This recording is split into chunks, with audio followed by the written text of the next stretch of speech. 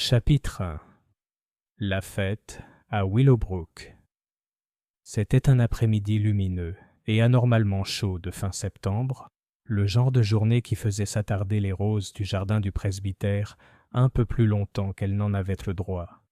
La fête annuelle des récoltes à Willowbrook avait toujours été une source de grande fierté pour les villageois, et cette année ne faisait pas exception.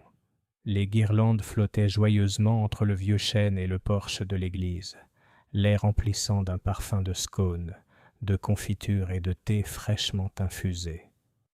Les stands étaient disposés le long de la pelouse avec un ordre méticuleux que seule la femme du vicaire, Madame Charteris, pouvait faire respecter. Gâteaux et confitures d'un côté, tricots et broderies de l'autre, et au fond, l'inévitable tombola, présidée avec une solennité solennelle par le colonel Braithwaite. Les enfants se précipitaient entre les tables, les doigts sucrés, et leur mère les appelait avec la douceur résignée de ceux qui savaient que la bataille était perdue d'avance. Parmi la foule, assise le dos bien droit sur l'une des chaises en fer empruntées à la salle paroissiale, se trouvait mademoiselle Jane Marple, de St. Mary Mead. Elle n'était pas, à proprement parler, une résidente de Willowbrook, mais sa nièce, madame Elizabeth Carrington, habitait juste au-delà du parc et avait insisté pour qu'elle vienne passer la journée. Mademoiselle Marple, qui appréciait les fêtes de village et l'infinie diversité des comportements humains qui s'y déroulaient, avait accepté avec un plaisir discret. Ses yeux bleu pâle pétillaient tandis qu'elle observait la scène. Madame Frobisher marchandant le prix de sa crème au citron, le jeune curé rougissant furieusement sous l'attention de trois veuves déterminées, et le comportement plutôt curieux de madame Lydia Harper, qui avait glissé une enveloppe cachetée dans la poche de monsieur George Ellison, le riche propriétaire du manoir Willowbrook. De telles petites choses, songea Miss Marple, étaient souvent le début de grandes choses. Peu après le début de la tombola, la journée prit une tournure sombre. Le colonel Braithwaite, le torse bombé, annonçait le prix du meilleur pickle maison lorsqu'un cri perçant retentit. Les têtes se tournèrent, des tasses de thé se renversèrent, et une petite foule se rassembla près du stand de confiture. Miss Marple se leva, lentement, mais avec le calme imperturbable qui la caractérisait toujours dans les moments de désarroi. Allongée dans l'herbe, le visage blême sur le verre vif, se trouvait madame Lydia Harper. La confiture qu'elle portait était brisée à côté d'elle, des traînées rouges foncées s'étalant sur le sol, une image de sang des plus désagréables. Mais la véritable horreur ne résidait pas dans le verre brisé. D'un seul coup d'œil, Miss Marple pouvait distinguer l'immobilité du corps de la femme, l'angle anormal de sa main. La mort, elle, le savait, était arrivée avec une soudaineté choquante. Il y eut un murmure, un brouhaha de voix. On appela le docteur Graham, qui se trouvait justement près du concours de gâteaux. Il s'agenouilla près de madame Harper, pressa ses doigts sur son poignet et secoua gravement la tête. « Elle est partie, » dit-il simplement. Ces mots firent frissonner l'assemblée. Une fête de village n'était pas le lieu où l'on s'attendait à la mort. Des disputes pour des confitures, certes, mais pas celle-là. Déjà les spéculations commençaient à s'élever sur la voix basse et pressante des villageois anglais confrontés à l'impensable. Le cœur sûrement. Elle était fragile, n'est-ce pas ? Murmura madame Evans. Du poison plutôt. Tu n'as pas vu son visage ? Murmura un autre. Je vous avais dit qu'il y avait des problèmes avec son mari, siffla madame Grant. Miss Marple écoutait sans en avoir l'air. Elle regarda de nouveau la silhouette immobile de Lydia Harper. Un léger froncement de sourcils la parcourut. Quelque chose n'allait pas, quelque chose de plus que la soudaineté de la mort. Elle n'aurait pas pu dire ce que c'était, pas encore. Mais elle avait vécu assez longtemps et vu suffisamment de fragilité humaine pour reconnaître quand une ombre se cachait sous la surface des choses. À l'arrivée de la police de Marlécombe, la fête s'était dissoute en groupes de commérages, les spéculations se tissant en une douzaine de récits, avant même que la vérité n'ait été trouvée. L'inspecteur Mallory, un homme imposant et franc, convaincu des réponses directes aux questions simples, commença aussitôt son enquête. Il jeta un coup d'œil au pot de confiture cassé et au corps pâle à côté et déclara « Probablement un accident, un évanouissement peut-être, une mauvaise chute. » Mais Miss Marple, debout silencieusement au bord du cercle, ne semblait pas convaincue. Son regard s'attardait non pas sur le corps, mais sur les visages autour d'elle, ceux choqués, curieux, anxieux, et un ou deux qui, si elle ne se trompait pas, trahissaient toute autre chose. La peur, peut-être même le soulagement. « Les accidents arrivent, » murmura-t-elle à sa nièce tandis qu'on les ramenait au presbytère pour le thé. « Mais d'après mon expérience, ma chère, ils arrivent bien moins souvent qu'on ne le pense. » Chapitre 2. Chuchotement au presbytère. Le salon du presbytère affichait la dignité tranquille propre aux maisons cléricales anglaises. Un canapé de bon goût, un tapis persan légèrement usé, un piano carré avec un recueil de cantiques ouvert sur « Ô Dieu, notre secours depuis des siècles », et sur la cheminée des photos encadrées de confirmants, d'équipes de cricket de vicaires et de couples, dans le flou artistique du jour de leurs noces. Le thé avait été servi à la hâte, une hâte qui, dans le cas de Madame Charteris, offrait encore un niveau supérieur à la plupart des défilés militaires, avec du pain beurré fin disposé comme des bardeaux et un sandwich éponge d'où s'échappait une crème maison onctueuse. Mais le village manquait d'appétit. Les gens étaient perchés plutôt qu'assis, les tasses refroidissant intactes dans leurs soucoupes, la parole commençant à toute vitesse puis hésitant sous le poids des mots. Madame Evans secoua la tête avec tant d'énergie que son chapeau, un feutre bleu marine orné d'un nœud affirmé, menaça de se déloger. Madame Grant s'essuya les yeux et regarda autour d'elle pour voir si quelqu'un la remarquait. Le colonel Braithwaite se tenait droit sur le tapis du foyer, les pans de sa veste en tweed serré, comme s'il était au vent d'une tempête et devait maintenir sa position. Le vicaire lui-même se déplaçait parmi eux avec une gentillesse lugubre, débitant des banalités solennelles qui apaisent autant par leur cadence familière que par leurs sentiments.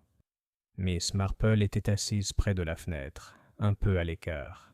Elle ne cherchait ni le centre ni ne l'évitait. Sur ses genoux reposait un mouchoir impeccable, légèrement parfumé à la lavande. Elle observait comme toujours, avec une attention devenue une seconde nature. Dehors, la lumière du soleil filtrait à travers les feuilles restantes et déposait des lingots d'or sur le chemin de gravier, où un petit garçon en bas tâtait une flaque avec un bâton et semblait bien content, comme souvent les enfants, de trouver une occupation tranquille pendant que les adultes discutaient de sujets incompréhensibles. Lydia Harper n'a jamais été tout à fait dans son élément, la pauvre, déclara soudain Madame Grant, trouvant un auditoire dans le silence momentané. Si pâle et nerveuse. J'ai dit à M. Grant la semaine dernière, n'est-ce pas, M. Grant, qu'elle avait l'air d'une créature traquée. Fiddle, dit Mme Frobisher d'un ton léger et léger. Elle avait l'air d'une femme qui avait dépensé plus que ce que son mari pouvait se permettre. Ces gants, et les coutures, vraiment étranges, et ce chapeau à voilette. Vous ne pouvez pas me dire que cette voilette vient de Marleycombe. Madame Evans jeta un coup d'œil par-dessus son épaule, comme si la mort elle-même pouvait franchir la porte et réfuter de telles observations. Il y a certaines choses qu'on ne dit pas, Madame Frobisher, pas maintenant, pas quand le corps est à peine enlevé. Des choses et des sentiments, intervint le colonel Braithwaite, dont la capacité à s'indigner faisait, paradoxalement, le réconfort du village. Si les gens s'évanouissent au milieu des prés, elle ne s'est pas évanouie, dit le docteur Graham, qui revenait tout juste d'avoir envoyé un jeune homme à vélo au commissariat avec les informations nécessaires. Il se frotta l'arête du nez avec l'index, paraissant plus âgé qu'une heure plus tôt. Ou, si elle s'est évanouie, elle n'est pas morte. Au d'évanouissement. Il y eut un mouvement. Les tasses s'entrechoquèrent. Madame Charteris, qui versait d'une main tremblante, reposa le pot avec un tintement net. « Alors de quoi est-elle morte, docteur ?» Le vicaire parle doucement, mais c'était la question sur laquelle tout le monde concentrait son chagrin. Le docteur Graham hésita, de cette façon qui, chez les villageois, est plus parlante que n'importe quel discours. Je ne peux pas le dire, répondit-il. Ces choses. Il jeta un coup d'œil à Miss Marple, puis détourna la tête. L'inspecteur Mallory voudra les examens habituels. Elle allait plutôt bien quand je l'ai vue la semaine dernière. Nerveuse, oui. Quelques palpitations. Rien d'autre qu'un régime alimentaire raisonnable et éviter toute agitation excessive. Une agitation excessive, répéta madame Frobisher, comme si elle essayait la phrase. Eh bien, ça me plaît. Si une fête des moissons est une agitation excessive, alors je suis une Hollandaise. Les yeux pâles de Miss Marple s'arrêtèrent un instant sur la bouche ferme de madame Frobisher, puis se détournèrent. Elle observa les mains de madame Charteris, des mains expertes capables de plumer un poulet et de plier une serviette en lin avec la même habileté, trembler légèrement en réarrangeant les cuillères. Elle remarqua M. George Ellison, du manoir Willowbrook, qui avait écarté une chaise. C'était un bel homme, à l'allure sombre et soignée qui évoque les photos des magazines de campagne. Un menton affirmé, de belles épaules, une coiffure soignée. Il ne fixait ni le tapis ni aucun visage humain, mais la petite horloge dorée sur la cheminée, comme si son tic-tac régulier lui posait problème. M. Ellison se leva brusquement, sa chaise raclant. « Madame Charteris, dit-il d'un ton sec, merci pour votre hospitalité. Je retourne au manoir. Si la police souhaite me voir, j'y serai. » Il s'avança vers la porte et, au passage, une petite fille, arrivée en retard avec sa mère, faillit le percuter. « Pardon, » murmura-t-elle en levant les yeux. Elle avait un visage étroit et des yeux brillants sous une épaisse chevelure bouclée. La main d'Ellison se dirigeant vers la poignée marqua une pause. « Tout à fait, » dit-il avant de sortir. C'était M. Ellison, souffla Madame Evans à voix basse. Je n'aurais jamais cru qu'il s'intéresserait aux tombolas et autres. Pas vraiment. Il est venu uniquement parce que le manoir sponsorise la tente fleurie. Tout à fait, grommela le colonel. Le devoir du propriétaire. Payer les banderoles, se montrer et inquiéter les braconniers. Madame Grant se pencha vers Miss Marple avec l'empressement confidentiel que les femmes bien intentionnées réservent à celles en qui elles peuvent avoir confiance et qui ne les trahiront pas. « Je ne devrais pas le dire, mais s'il y a un scandale... Oh, j'espère qu'il n'y en aura pas. Mais s'il y en a un, il sera lié à monsieur. Ellison, croyez-moi, Miss Marple, les hommes aiment ça. Rien de solide sous tout ce raffinement. La cousine de ma sœur était femme de chambre dans une maison du Surrey. « Ma chère, » dit Miss Marple d'un ton doux, « prenez un sandwich. Je pense toujours qu'on parle plus sagement avec quelque chose dans la bouche. » Madame Grant, distraite, accepta l'assiette. Mademoiselle Marple, qui n'avait jamais de sa vie tenté d'étouffer les ragots, elle les ralentissait simplement, plia son mouchoir avec une précision irréprochable. L'idée lui était venue, comme le font les pensées, modestement et sans chichi. L'enveloppe, celle qu'elle avait vue Madame Lydia Harper glisser dans la poche de M. Ellison, d'un geste si adroit qu'il aurait pu rester secret, si le regard de Madame Marple, aiguisé par une longue pratique, n'avait capté ce petit geste significatif. L'enveloppe était de couleur crème, du bon papier, et adressée, imagina-t-elle, d'une écriture ferme et penchée. La main de Madame Harper. L'angle avait empêché toute certitude, mais une main habituée à dresser des listes et à tenir des comptes, pas à écrire de la poésie. Sa nièce, Elizabeth Carrington, vint se percher sur l'accoudoir du fauteuil de Miss Marple. Elle avait résolu, avec sagesse, d'empêcher Madame Charteris de se laisser aller à la serviabilité.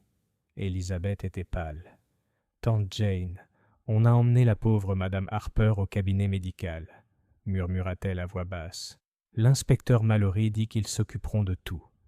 Il a demandé à des personnes de rester disponibles pour faire des dépositions. »« Tout à fait convenable, » dit Miss Marple. « Une tâche bien désagréable pour lui. Et pour le docteur Graham aussi. » Elizabeth hésita. « Tante Jane, tu crois ? » ?»« Non, c'est horrible, rien que d'y penser. »« Ma chère, » dit Miss Marple, « c'est parfois une gentillesse de laisser son esprit penser à des choses horribles. Si ce faisant, on peut en éviter de pire. » La porte s'ouvrit de nouveau, laissant entrer l'inspecteur Mallory, coiffé de son chapeau officiel. ce qui le rendait à la fois plus et moins imposant, tel un acteur casqué. Ses manières étaient vives. Il demanda s'il y avait une petite pièce où il pourrait recueillir les témoignages séparément, et madame Charteris, avec dignité, lui céda le bureau. S'ensuivit une série d'allées et venues, qui, bien que d'une grande importance dans l'ensemble, étaient dans les détails très villageoises. De brèves bribes de récits. J'étais au stand de gâteaux, inspecteur. Non, ma chère, votre madère est excellent. Mais si vous me laissez terminer. Des interruptions de bienséance. Veux-tu que je te serve une tasse pendant que tu réfléchis, inspecteur? Non? Oh, alors peut-être un biscuit? Et la cristallisation progressive de la rumeur en catégories, ceux qui avaient apprécié madame Harper et ceux qui ne l'avaient pas apprécié, ceux qui trouvaient M. Harper un homme de bonne humeur, et ceux qui se méfiaient d'un sourire si croquant. Miss Marple, qui n'avait pas été appelée immédiatement, s'accorda un moment de silence. Elle se leva et alla à la fenêtre, où le petit garçon avait abandonné sa flaque et s'occupait d'une manœuvre plus complexe, envoyer une coquille de noix, munie d'une brindille, faire un voyage le long du bord du ruisseau. « Quelle bonne idée !» dit Miss Marple, et le garçon lui sourit en voyant qu'il s'agissait d'un adulte qui reconnaissait la solidité de l'architecture navale. « Comment t'appelles-tu, ma chérie ?»« Peter, dit-il. Peter Nash. Maman dit de rester dehors à cause du désordre, et je le fais. Es-tu contrarié ? Je suis désolé, dit Miss Marple. C'est différent. Avez-vous aimé la fête ? Il réfléchit. Les noix de coco sont dures. Monsieur Mullins dit que je lance comme une fille, mais j'aurai 8 ans la semaine prochaine et alors je serai forte. J'ai vu un monsieur laisser tomber son ticket. J'allais le ramasser, mais il a eu la grimace et je ne l'ai pas fait. Un billet ? Pour la tombola. C'était un billet bleu. Il est tombé de sa poche quand la dame y a glissé une lettre. La main de Miss Marple, qui ajustait le rideau, s'immobilisa. « Une lettre, Peter ?» Il hocha vigoureusement la tête. Elle l'a glissée comme ça.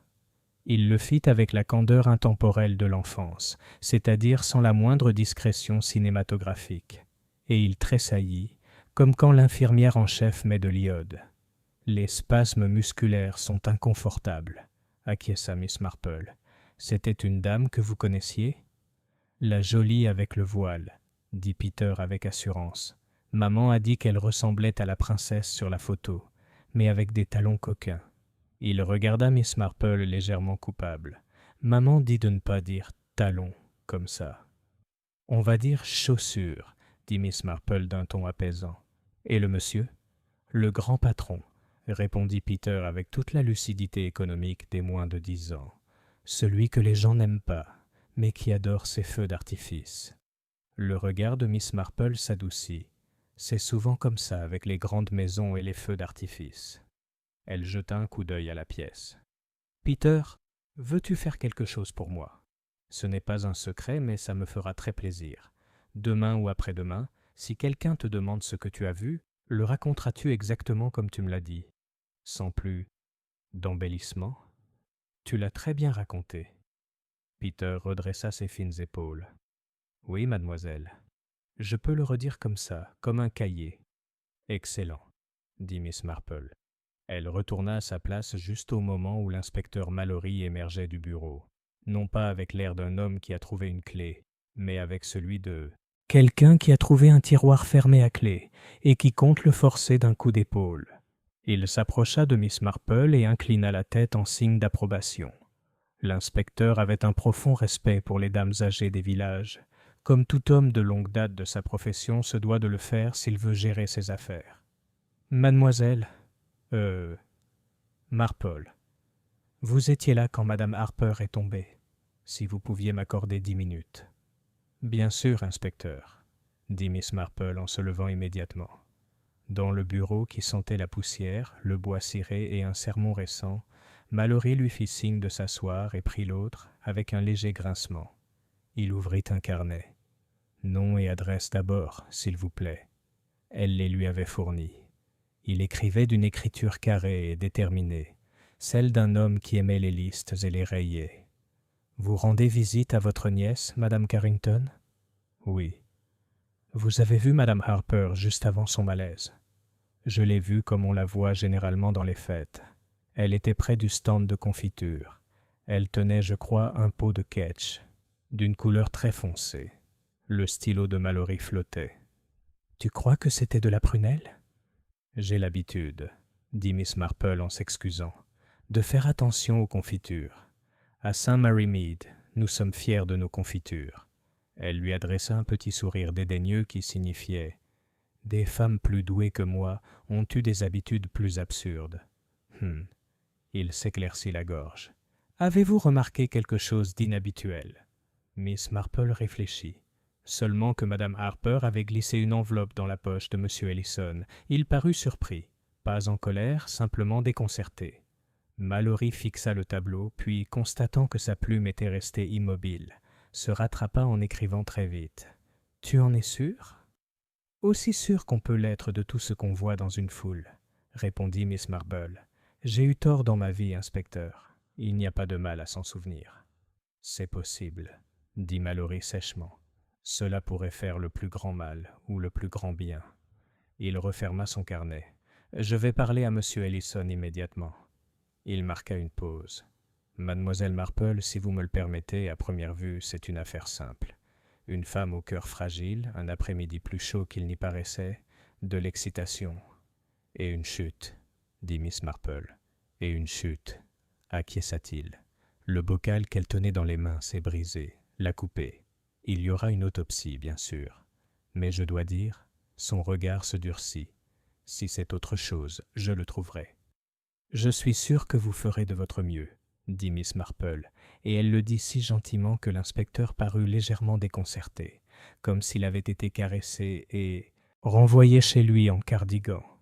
Il la laissa partir, et Miss Marple, de retour au salon, endura le petit refrain que les dames âgées doivent accepter lorsqu'elles se lèvent après s'être assises. « Faites attention au tapis.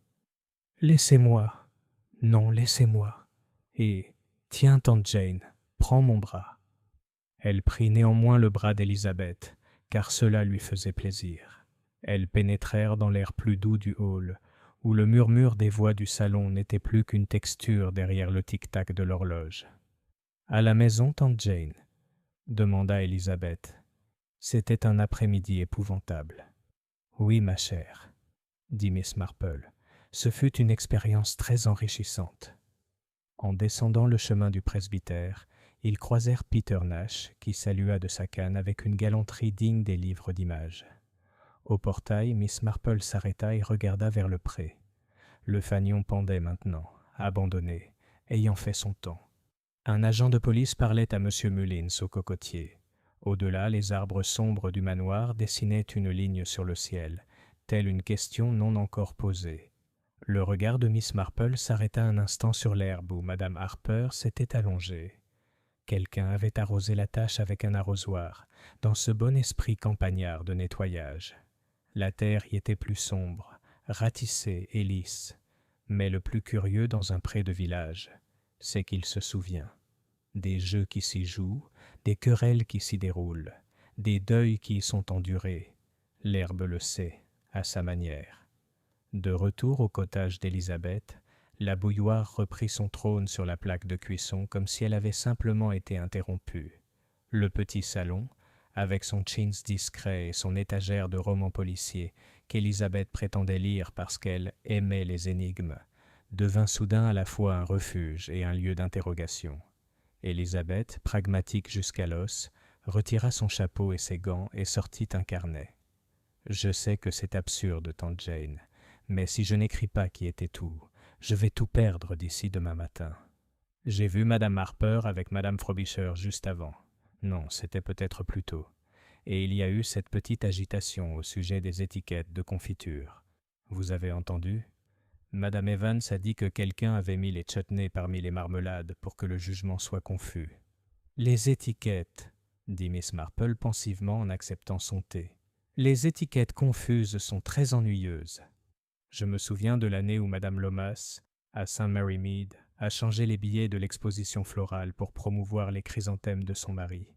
Elle pensait simplement que ce serait un petit triomphe dans une vie qui en manquait cruellement.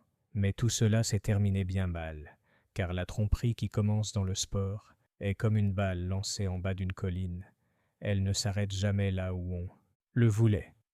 Élisabeth griffonna, puis leva les yeux.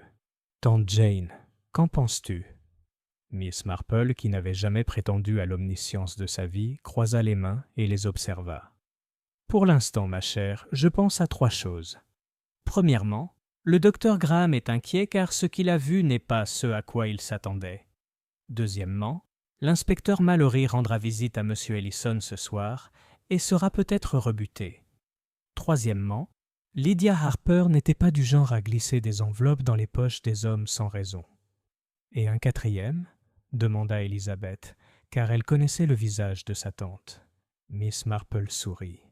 Et un quatrième ? Que les enfants, comme Peter Nash, voient ce que nous, avec nos idées d'adultes, nous arrangeons soigneusement pour ne pas voir. Il parlait d'un billet perdu, d'un tic, d'une lettre. Un enfant qui en sait trop est souvent un enfant qui a gardé les yeux ouverts, tandis que nous autres, nous regardons avec notre esprit. Le crayon d'Élisabeth flottait. Et ça veut dire, et il faut, si possible, éviter de se laisser emporter par les événements, dit Miss Marple. On est toujours tenté, face à un bel homme et une enveloppe mystérieuse, d'écrire un mélodrame sur le champ. Mais le mélodrame cache des vérités subtiles. Pour l'instant, je m'intéresse davantage aux chaussures de Madame Harper. « Ces chaussures ? Elles étaient neuves, dit Miss Marple. C'est curieux, mais les femmes aux finances serrées portent généralement leurs vieilles chaussures à une fête, même si elles sont bien habillées par ailleurs. On ne reste pas des heures sur l'herbe avec des talons neufs sans raison. Et je pense, ajouta-t-elle d'un ton léger, que la raison tenait à son maintien, consciente de l'apparence d'une nouveauté, peut-être parce qu'elle voulait qu'elle soit vue. Élisabeth baissa le crayon, les yeux écarquillés par le plaisir de la chasse. « Tante Jane, vous avez des idées extraordinaires. »« J'ai vécu longtemps, » répondit Miss Marple. « On peut voir beaucoup de choses depuis un banc d'église si on s'y assoit 2 fois par dimanche pendant 40 ans. » Élisabeth rit, puis reprit ses esprits. « Est-ce qu'il y aura d'autres moments pareils, d'autres bouleversements ? Il y a souvent plus, quand les êtres humains ont fait des choses qu'ils ne devraient pas faire, » dit Miss Marple. « Mais il y a aussi le thé, les jardins et les occupations quotidiennes, qui ont le don de nous porter même quand on a peur. » Elle but une gorgée. « Si vous le souhaitez, nous ferons une petite promenade après le dîner jusqu'au seuil du manoir.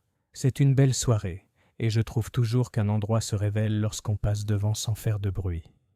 Est-ce que c'est tout à fait correct ? » « Tout à fait, » dit Miss Marple. « On peut admirer un portail comme un coucher de soleil. Et si, en l'admirant, on remarque que le gravier extérieur est marqué d'un nombre inhabituel de traces de pneus, ce n'est que de l'observation. Dans ma jeunesse, l'observation était considérée comme une vertu. Je ne vois aucune raison de l'abandonner aujourd'hui. » Élisabeth alla chercher des tartines beurrées. Derrière la fenêtre, Willowbrook respirait. Des moineaux s'agitaient dans la haie, et les premiers frissons de l'automne envahissaient les ruelles. Le village, avec ses respectables rideaux blancs et ses ménagères fières de dîner à l'heure, recommença à battre régulièrement son cœur ordinaire.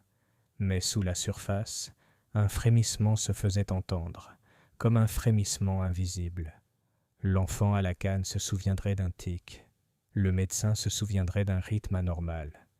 L'inspecteur, se faufilant dans les pièces froides en fanfaronnant, se souviendrait d'une enveloppe sur son bureau et d'un monsieur qui n'aimait pas les questions. Miss Marple, son tricot s'exécutant avec une aisance naturelle, monta les mailles calmement. « Les gens, dit-elle à la laine comme au crépuscule, sont très semblables, où qu'on les mette. Ils sont guidés par leur petite vanité et leur petite peur. Il suffit de penser à Madame Loma et aux chrysanthèmes, et à la pauvre Madame Millward et à sa boîte à boutons, pour deviner Willowbrook. » Elle leva les yeux et esquissa un petit sourire sec. Et Lydia Harper, je crois, avait peur. La question est de savoir de qui. Chapitre 3. L'enveloppe et le gentleman. L'inspecteur Mallory, fidèle à sa parole, se présenta sans tarder au manoir Willowbrook ce soir-là. Son pas dans l'allée de gravier était, selon le neveu de Madame Evans, qui passait par hasard à vélo à ce moment-là, très ferme, comme s'il s'attendait à trouver un criminel derrière la porte. Lorsque l'histoire fut racontée au Rose and Crown, Mallory aurait presque enfoncé la porte. En vérité, il sonna avec un respect méticuleux, quoique peut-être avec plus d'emphase que la moyenne des clients. M. George Ellison le reçut dans la bibliothèque, une pièce sombre et lambrissée où flottait une légère odeur de tabac et de cuir. L'entretien dura 1 heure, et bien que seul le majordome en connaisse le déroulement précis, le village savait dès le dîner que l'inspecteur l'avait interrogé en détail au sujet des enveloppes. Lorsque la police se présente dans une grande maison, il n'y a pas lieu de craindre pour la propagation de l'information. Les domestiques sont des frères, les jardiniers ont des épouses, et le réseau de communication est d'une rapidité étonnante. Pendant ce temps, Miss Marple passait la soirée au cottage de sa nièce à tricoter tranquillement. Élisabeth, après avoir couché ses petites filles, descendit, rouge d'excitation contenue. « Tante Jane, avez-vous entendu ? L'inspecteur Mallory est resté au manoir jusqu'à presque 21 heures. Madame Evans dit qu'il est sûr que M. Ellison était impliqué, que Lydia Harper lui a remis une lettre compromettante. » Miss Marple posa ses aiguilles un instant. « Madame Evans est très prompte à dire ce dont les autres sont sûrs. Il ne faut pas l'oublier, Elisabeth. Elle a un jour déclaré qu'elle était sûre que le jeune Tom Farley épouserait sa cousine Ada, et il a épousé une fille d'Ipswich. » Elisabeth sourit tristement. Malgré tout, on peut s'interroger. Pourquoi glisser une lettre dans la poche d'un homme si elle était innocente ? Il y a de nombreuses raisons de faire les choses discrètement, dit Miss Marple en reprenant son tricot. Certains sont coupables, d'autres simplement soucieux d'éviter les conversations. Au village, on fait bien des choses dans des recoins qui ne mériteraient pas un second regard en ville. Mais ici, un murmure est plus fort qu'un cri. Pottins au Rose and Crown. Le lendemain, les rumeurs se multiplièrent, non seulement dans les salons et par-dessus les haies du jardin, mais aussi dans la salle à manger du Rose and Crown, où l'opinion publique s'exprimait toujours plus librement. Le colonel Braithwaite siégeait au coin du feu, déclarant avec certitude que Mme Harper avait succombé à une faiblesse cardiaque. N'importe quel médecin vous le dirait. M. Mullins, connu pour son timidité face à la noix de coco, rétorqua avec délectation. « Écoutez-moi bien, colonel, il y a du poison là-dedans. Jamais un évanouissement n'atteint les lèvres d'une telle couleur, ni raidit un corps aussi vite. » Il affirma que sa tante l'avait déjà vu à Ceylan, bien que les détails de son voyage à Ceylan restassent obscurs. Assise dans son coin, une tasse de thé à la main, Madame Evans soupira. La pauvre, elle n'était jamais à l'aise à Willowbrook, une étrangère, quoi qu'on dise. J'ose dire qu'elle se croyait plus belle que la plupart. Elle était certainement plus jolie, dit Madame Grant, arrivée avec une expression solennelle et importante. Plus jolie qu'une femme mariée ne devrait l'être. N'est-ce pas, Miss Marple ? Miss Marple, qui venait d'entrer avec Élisabeth, sourit doucement. La beauté, ma chère Madame Grant, ressemble beaucoup à l'argent. Elle ne cause du malheur que lorsqu'elle est mal gérée. La table ricanait, bien que Madame Grant parût légèrement déconcertée. Miss Marple prit son thé et écouta. Contrairement aux autres, elle ne riait ni ne s'exclamait à chaque suggestion. Elle classait simplement chaque phrase comme une servante rangerait le linge dans un tiroir, chaque phrase soigneusement pliée pour être récupérée au moment opportun. Le mauvais suspect. Le soir venu, la nouvelle se répandit comme de l'encre. L'inspecteur Mallory avait arrêté M. Arthur Harper, le mari de la défunte. Il avait été vu en train de se disputer avec sa femme 2 nuits auparavant, devant le bureau de poste. Madame Frobisher dit avoir entendu des voix s'élever. Les mots, prit-elle soin d'ajouter, étaient très indistincts, mais on sait quand c'est désagréable. Le mariage des Harper, à la connaissance du village, avait toujours été difficile. Arthur Harper était un homme charmant, trop charmant, disaient certains, pour une femme aussi sensible que Lydia. Il fréquentait souvent le Rose and Crown, riant, donnant des tapes dans le dos et offrant des tournées qu'il pouvait difficilement se permettre. plus d'un villageois laissait entendre qu'il avait des dettes. Il avait un mobile, il en avait l'occasion et il avait le tempérament nécessaire, déclara Madame Grant, comme si elle lisait à voix haute un passage des Écritures. Je ne serais absolument pas surprise qu'il ait mis quelque chose dans son sirop, ou même dans sa confiture. Miss Marple sirota son thé sans rien dire. Son regard, cependant, était pensif. Elle avait connu une jeune femme à St. Mary Mead, constamment accusée de voler des pommes dans les vergers. La jeune fille n'avait jamais touché une seule pomme. Elle avait simplement l'air d'une femme qui pourrait le faire. Les apparences, songea Miss Marple, sont si trompeuses. Petites observations. Cette nuit-là, alors qu'Elizabeth fermait la porte du cottage, Miss Marple fit doucement remarquer « Avez-vous remarqué, ma chère, les chaussures de Madame Harper ?» Et Elizabeth cligna des yeux. « Ces chaussures ? Tante Jane, que veux-tu dire ? Elles étaient toutes neuves. J'imagine qu'elle n'était pas du genre à acheter des chaussures à la légère. Et elle les portait sur la pelouse, là où l'herbe risquait de tacher. C'est inhabituel, je trouve. On se prépare souvent à une scène, Elisabeth, sans même s'en rendre compte. J'aimerais savoir pourquoi elle tenait à se faire remarquer. » Elisabeth frissonna légèrement. « Tu crois qu'elle savait ? » ?»« Ma chère, impossible de le dire. Mais quand une femme porte des chaussures neuves, glisse une enveloppe dans la poche d'un homme et meurt dans l'heure qui suit, eh bien, c'est rarement une coïncidence. Et si Arthur Harper est arrêté pour la mort de sa femme, je serais très surpris qu'il soit reconnu coupable. » Miss Marple enroula son châle autour de ses épaules, son sac à tricot reposant légèrement dans sa main. L'horloge du cottage tic-tac régulier. Dehors, la nuit était profonde sur le village. Pourtant, pour Miss Marple, le jour n'avait pas révélé l'obscurité, mais une sorte de schéma. Une femme nerveuse, une enveloppe scellée, un tic, le regard clair d'une enfant, et maintenant un mari trop vite accusé. Ce n'était pas encore une image, mais c'en était le début. Chapitre 4. Secret au soleil. Le lendemain de la mort de Madame Harper, le soleil d'automne illuminait Willowbrook, dorant les toits de chaume et faisant scintiller la rosée sur les haies, tel un écrin de joaillerie. Les villageois vaquaient à leurs occupations habituelles, avec cette vivacité particulière qui suit un choc, comme si, en se déplaçant plus vite, ils pouvaient surmonter l'inquiétude qui les habitait. Miss Marple, cependant, remarqua que les conversations s'attardaient dans les embrasures de porte, et que les femmes au comptoir de l'épicier ne partaient pas rapidement après leurs achats, mais se rassemblaient en groupes feutrés, échangeant des remarques sur un ton confidentiel qui signifiait que les nouvelles s'étaient transformées en spéculations pendant la nuit.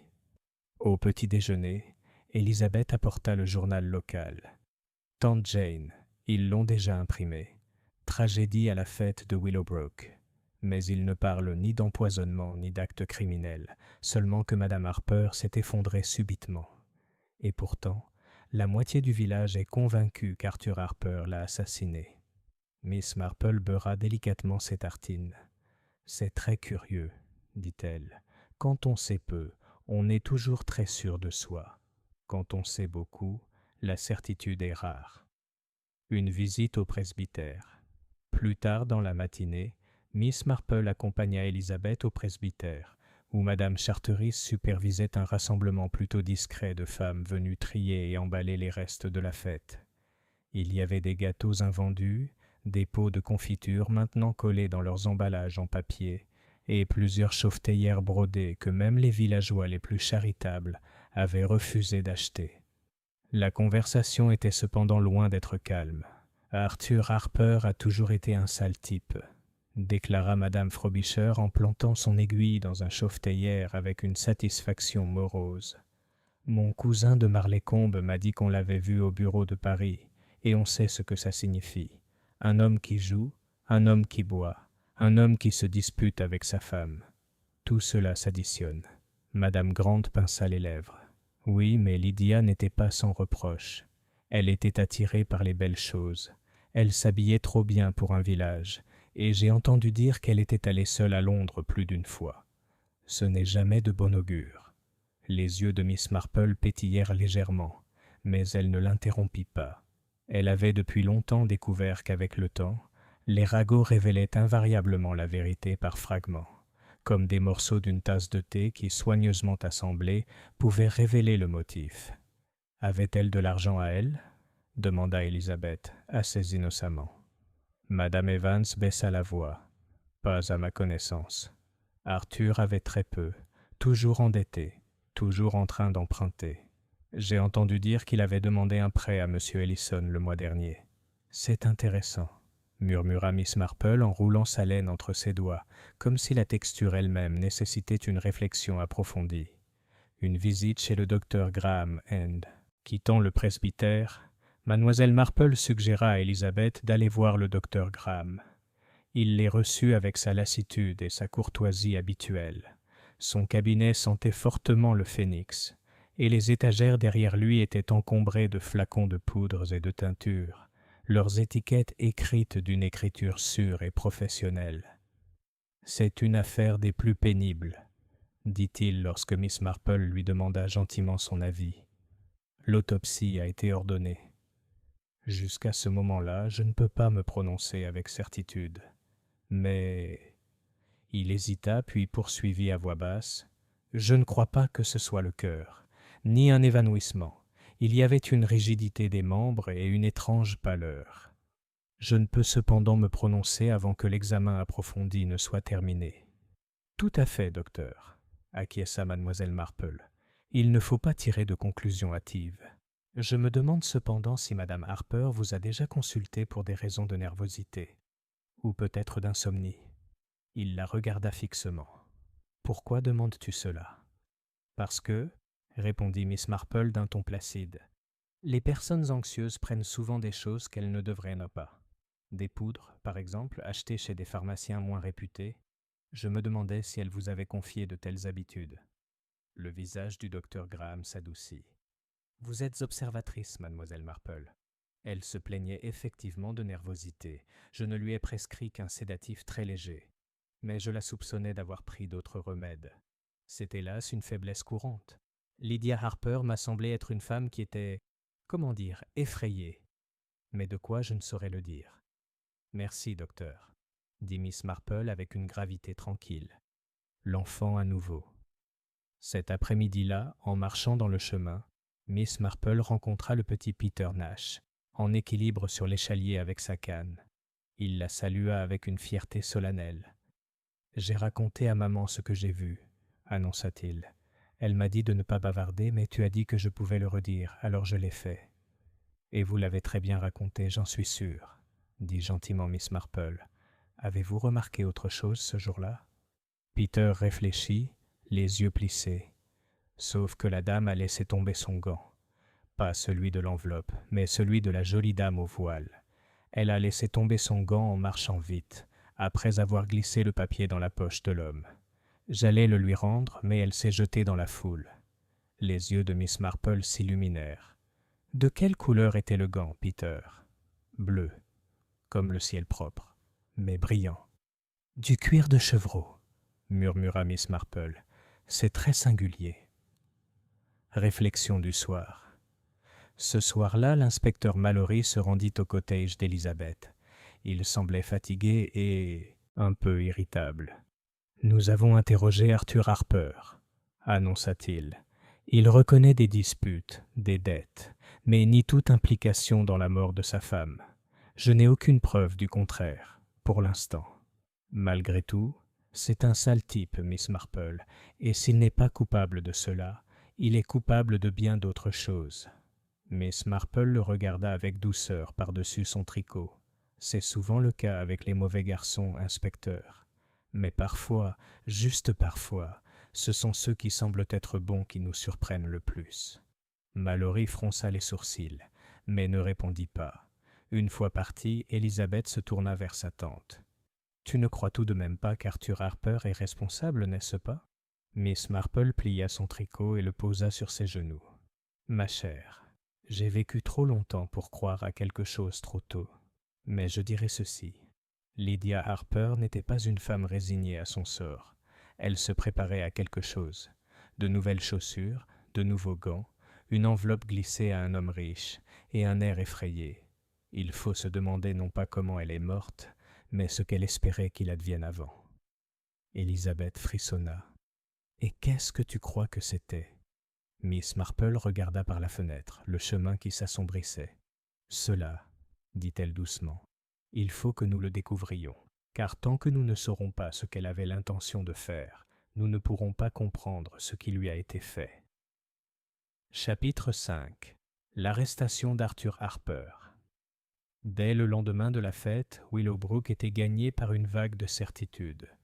La rumeur s'était muée en croyance, et la croyance en conviction. Madame Lydia Harper, tout le monde s'accordait à dire, avait été une épouse malheureuse. Son mari buvait, jouait, et avait un caractère colérique. On l'avait entendu se disputer avec elle devant le bureau de poste, et il n'avait guère approuvé, si ce n'est des dettes et du charme. Par conséquent, comme le concluait la logique du village, Arthur Harper avait tué sa femme. L'arrestation eut lieu peu avant midi, et malgré tous les efforts de discrétion de l'inspecteur Mallory, la nouvelle se répandit plus vite que le vélo de son agent. Lorsqu'Arthur fut conduit à la voiture de police, une petite foule s'était rassemblée sur la place, sous prétexte de faire des courses. Les rideaux tressaillirent, les portes s'ouvrirent sur un simple coup de balai, et des enfants s'attardèrent, suspects, avec des billes et des toupies. Arthur Harper n'avait rien d'un héros. Son chapeau était écrasé dans une main, son col défait, ses yeux injectés de sang. Pourtant, son attitude n'exprimait pas la culpabilité, mais celle d'un homme à la fois désemparé, indigné et terrifié. « Imbécile !» marmonna-t-il tandis qu'on le guidait vers la voiture. « Vous croyez que je lui ferais du mal ? Elle était tout ce qui me restait. »« Vous vous trompez, je vous le dis !» Le colonel Braithwaite, observant depuis le trottoir, grogna bruyamment. « C'est bien beau de crier son innocence maintenant. À mon avis, il est coupable depuis 10 ans. Coupable de paresse, coupable de gaspillage, coupable d'avoir traité sa femme avec honte. De là à pire, il n'y a qu'un pas. » Miss Marple, un peu à l'écart avec Élisabeth, ne fit aucun commentaire. Ses yeux pâles observaient attentivement le visage d'Arthur Harper emmitouflé à l'intérieur. La peur était là, certes, mais il y avait aussi autre chose, un chagrin déconcerté peut-être. Elle avait vu de nombreux hommes coupables au cours de sa longue vie, certains au tribunal, d'autres seulement dans les drames de la vie domestique. Il semblait rarement perplexe. Thé avec Madame Evans. Cet après-midi-là, Élisabeth emmena sa tante prendre le thé avec Madame Evans, qui les avait invités dans un esprit d'hospitalité, mais avec le véritable but de partager les toutes dernières nouvelles. « Croyez-moi, Miss Marple, ils trouveront du poison, » dit Madame Evans en versant du thé fort avec l'air de porter un jugement. « La fille de mon cousin travaille à la pharmacie de Marlécombe, et elle m'a dit que la police avait déjà posé des questions. Quelque chose s'est glissé dans un verre, ou peut-être dans son sirop. Oh, je n'en doute pas. Le poison est une chose très dramatique, dit Miss Marple d'un ton doux en acceptant sa tasse, mais on ne s'en procure pas aussi facilement qu'on le croit, à moins d'être vraiment négligent ou vraiment déterminé. Madame Evans renifla. Eh bien, Arthur Harper était indifférent à tout le reste, et déterminé aussi si vous voulez. Et si vous voulez mon avis, Lydia s'était amusée avec ce monsieur Ellison. Qu'est-ce qu'elle avait à lui glisser des papiers en public ? J'aimerais bien savoir. Élisabeth rougit légèrement, mais c'était peut-être innocent, quelque chose à propos des comptes de la fête ou de la tombola. N'importe quoi, dit Madame Evans avec satisfaction. C'était une lettre d'amour, si j'en ai jamais vu une. Miss Marple, remuant délicatement son thé, ne dit rien. Elle pensait à la déclaration claire de Peter Nash selon laquelle ce n'était pas Lydia Harper qui avait glissé l'enveloppe, mais la dame au voile. Madame Harper n'étant que la cible des ragots et de la confusion. C'était une différence essentielle. Mais les ragots avaient tendance à brouiller les pistes jusqu'à ce que le fait le plus flagrant ne ressemble plus qu'à une rumeur. Un mot avec Élisabeth. Sur le chemin du retour, Élisabeth s'exclama « Tante Jane, je ne peux pas le supporter. Tout le monde est convaincu que c'est Arthur Harper, et pourtant, vous ne le pensez pas, n'est-ce pas ?» Miss Marple marchait lentement, Son ombrelle frappait le trottoir au rythme de ses pas. Ma chère, je me souviens toujours de madame Millward à Saint-Mary-Mead. On l'accusa un jour d'avoir volé la dinde d'un voisin. Tout le monde en était certain. Elle avait dit du mal du voisin. Elle n'avait pas de dinde pour Noël, et on l'avait vue avec un grand panier. Logique. Mais la dinde fut retrouvée quelques jours plus tard, cachée par des garçons pour une farce. Madame Millward n'oublia jamais l'injustice, même si elle fut expliquée. Le mal d'une fausse certitude peut être immense. Élisabeth serra le bras de sa tante. Alors, si ce n'est pas Arthur, qui? C'est bien la question, n'est-ce pas? Miss Marple sourit faiblement. Mais ne nous précipitons pas. Voyons d'abord, pourquoi une femme porterait-elle des chaussures neuves à une fête? Pourquoi recevrait-elle ou livrerait-elle une enveloppe en secret? Et surtout, pourquoi mourrait-elle au beau milieu de tout cela? Répondez à ces questions, et le qui viendra plus facilement. Soirée au chalet. Ce soir-là, l'inspecteur Mallory en personne se rendit au cottage d'Élisabeth. Il paraissait fatigué, mais son attitude était résolue. « Nous avons envoyé les échantillons pour analyse, » leur dit-il. « Cela prendra quelques jours, mais je suis certain que nous trouverons quelque chose. Harper est lourdement endetté, ses querelles sont publiques, et son alibi est sans valeur.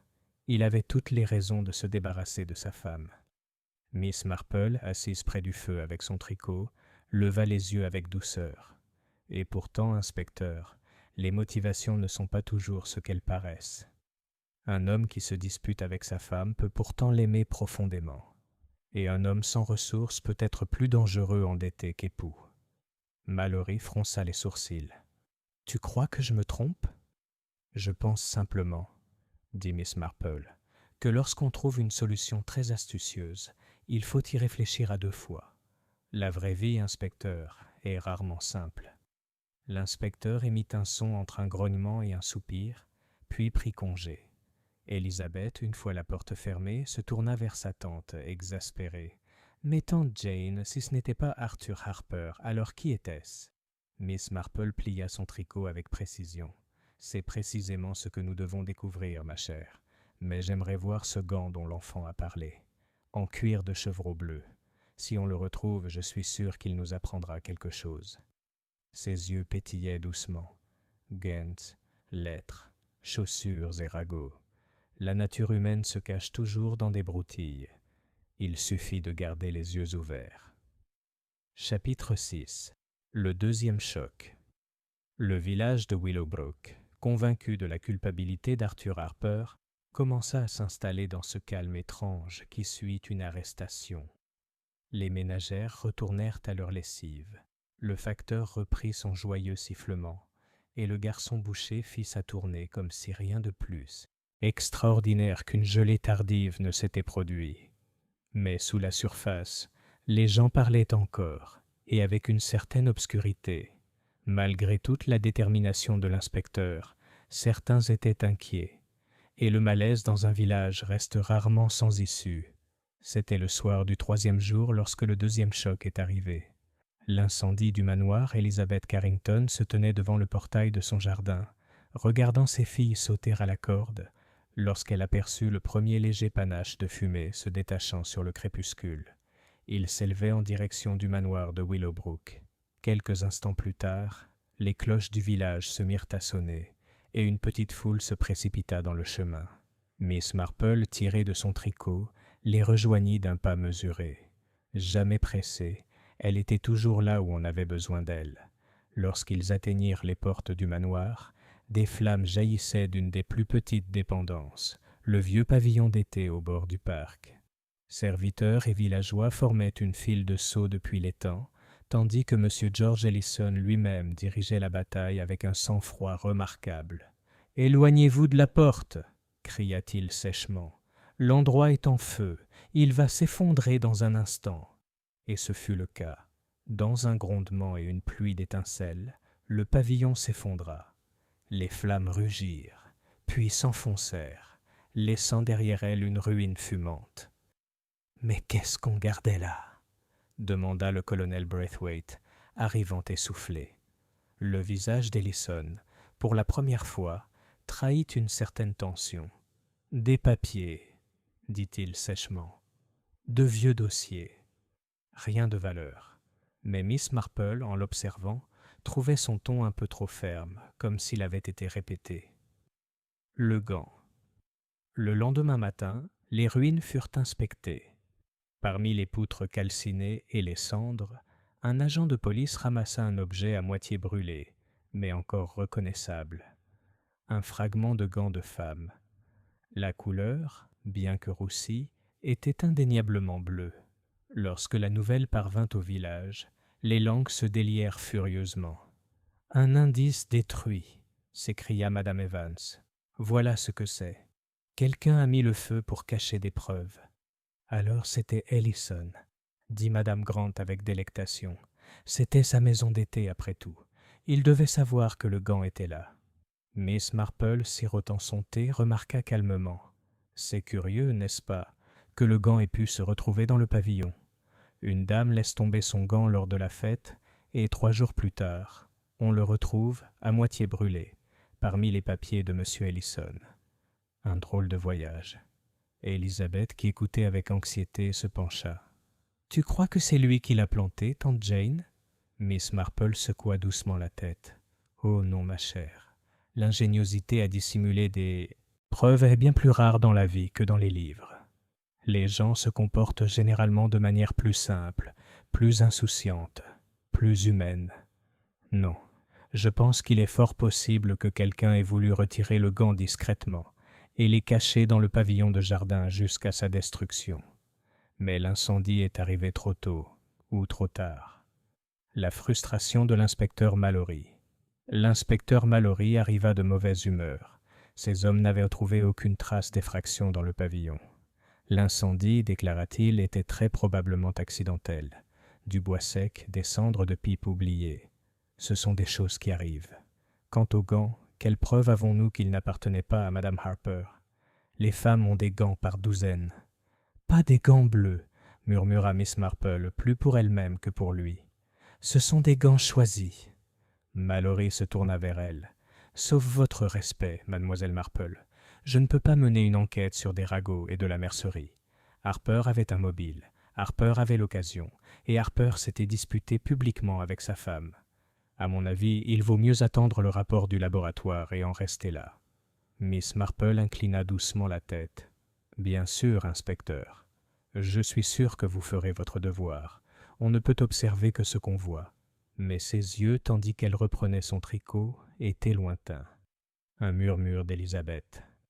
Ce soir-là, après le souper, Elisabeth parla avec une sorte d'urgence réticente. « Tante Jane, il y a quelque chose que je dois vous dire. Je n'en ai guère envie, car ce n'est qu'un murmure, mais... Eh bien, Madame Charteris s'est confiée à moi aujourd'hui. Elle dit que Lydia Harper lui a rendu visite 2 jours avant la fête et qu'elle semblait agitée. Elle a posé d'étranges questions. Une femme pouvait-elle quitter son mari? L'Église pouvait-elle l'aider dans de tels cas? Et si... » Elisabeth hésita, baissant la voix. On pouvait empêcher la lecture de certaines lettres au tribunal. Les aiguilles de Miss Marple s'immobilisèrent en plein clic. « Des lettres » répéta-t-elle doucement. « Toujours des lettres. C'est dangereux. Une lettre dans la poche, une lettre dans le pavillon, et maintenant la peur des lettres au tribunal. Très dangereux, en effet. » Elisabeth se pencha en avant. « Mais qu'est-ce que ça veut dire ?» Miss Marple plia son tricot avec une précision irréprochable. « Cela signifie, ma chère, que Lydia Harper avait quelque chose en tête, quelque chose qu'elle craignait de voir rendu public. Et quand les secrets tremblent à la limite du jour, on est prêt à tout pour semer le désespoir, parfois jusqu'au silence, parfois jusqu'au feu, et parfois jusqu'au meurtre. » Chapitre 7. Fissure dans le boîtier.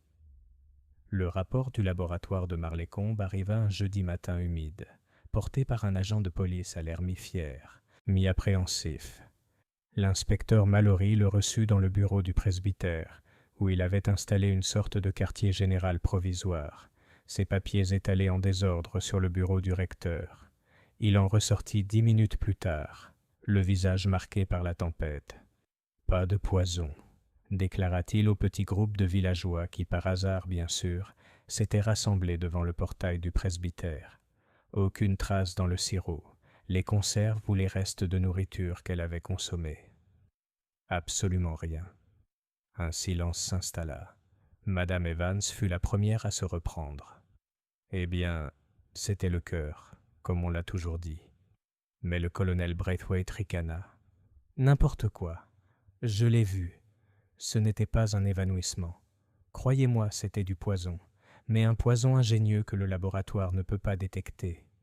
Colonel, dit Mallory d'un ton irrité, le laboratoire peut détecter plus de choses que vous ne l'imaginez. Je ne dis pas que c'était naturel, remarquez, mais ce n'était ni de l'arsenic, ni de la strychnine, ni rien de ce genre. Les villageois se dispersèrent dans une confusion sourde. Pour eux, la certitude s'était à nouveau évanouie, et avec elle, un malaise plus troublant que la suspicion ouverte. Une visite à Arthur Harper. Plus tard dans la journée, Elizabeth persuada l'inspecteur Mallory de permettre à sa tante de l'accompagner pour parler à Arthur Harper dans sa cellule à Marleycombe. L'apparence de l'homme choqua même Miss Marple, qui ne se laissait pas émouvoir. Il paraissait mal rasé, les yeux creux et bien plus âgé que son âge. « Je t'ai dit la vérité », dit-il en se penchant par-dessus la table. « Oui, je me suis disputé avec elle. Elle était distante, secrète. Il y avait quelque chose qu'elle ne voulait pas me dire, mais je ne lui ai jamais fait de mal. Dieu me vienne en aide, je l'aimais toujours. Elle était tout ce que j'avais. » Miss Marple le regarda fixement. « Monsieur Harper, votre femme a-t-elle déjà parlé de lettres? De lettres qui pourraient la mettre dans l'embarras ?» Le visage d'Arthur changea. Il rougit, puis pâlit. « Tu l'as entendu? » Oui, il y avait des lettres. Pas de moi, de quelqu'un d'autre. Elle a dit que si elle sortait, elle serait ruinée. Je lui ai dit de les brûler. Mais elle ne l'a pas fait. Elle a dit qu'elle devait les garder. C'est ça les femmes, elles chérissent ce qu'elles devraient détruire. Savez-vous qui les a écrits? Demanda Mallory sèchement. Arthur hésita. J'ai des soupçons, mais je ne dirai rien. Si je dois être pendu, je n'entraînerai personne d'autre dans la boue avec moi. Le regard de Miss Marple s'adoucit. C'est très chevaleresque de votre part, monsieur Harper, mais peut-être pas très sage. Une étrange conversation. Cet après-midi-là, Miss Marple et Elizabeth s'arrêtèrent devant le portail du jardin de Madame Charteris.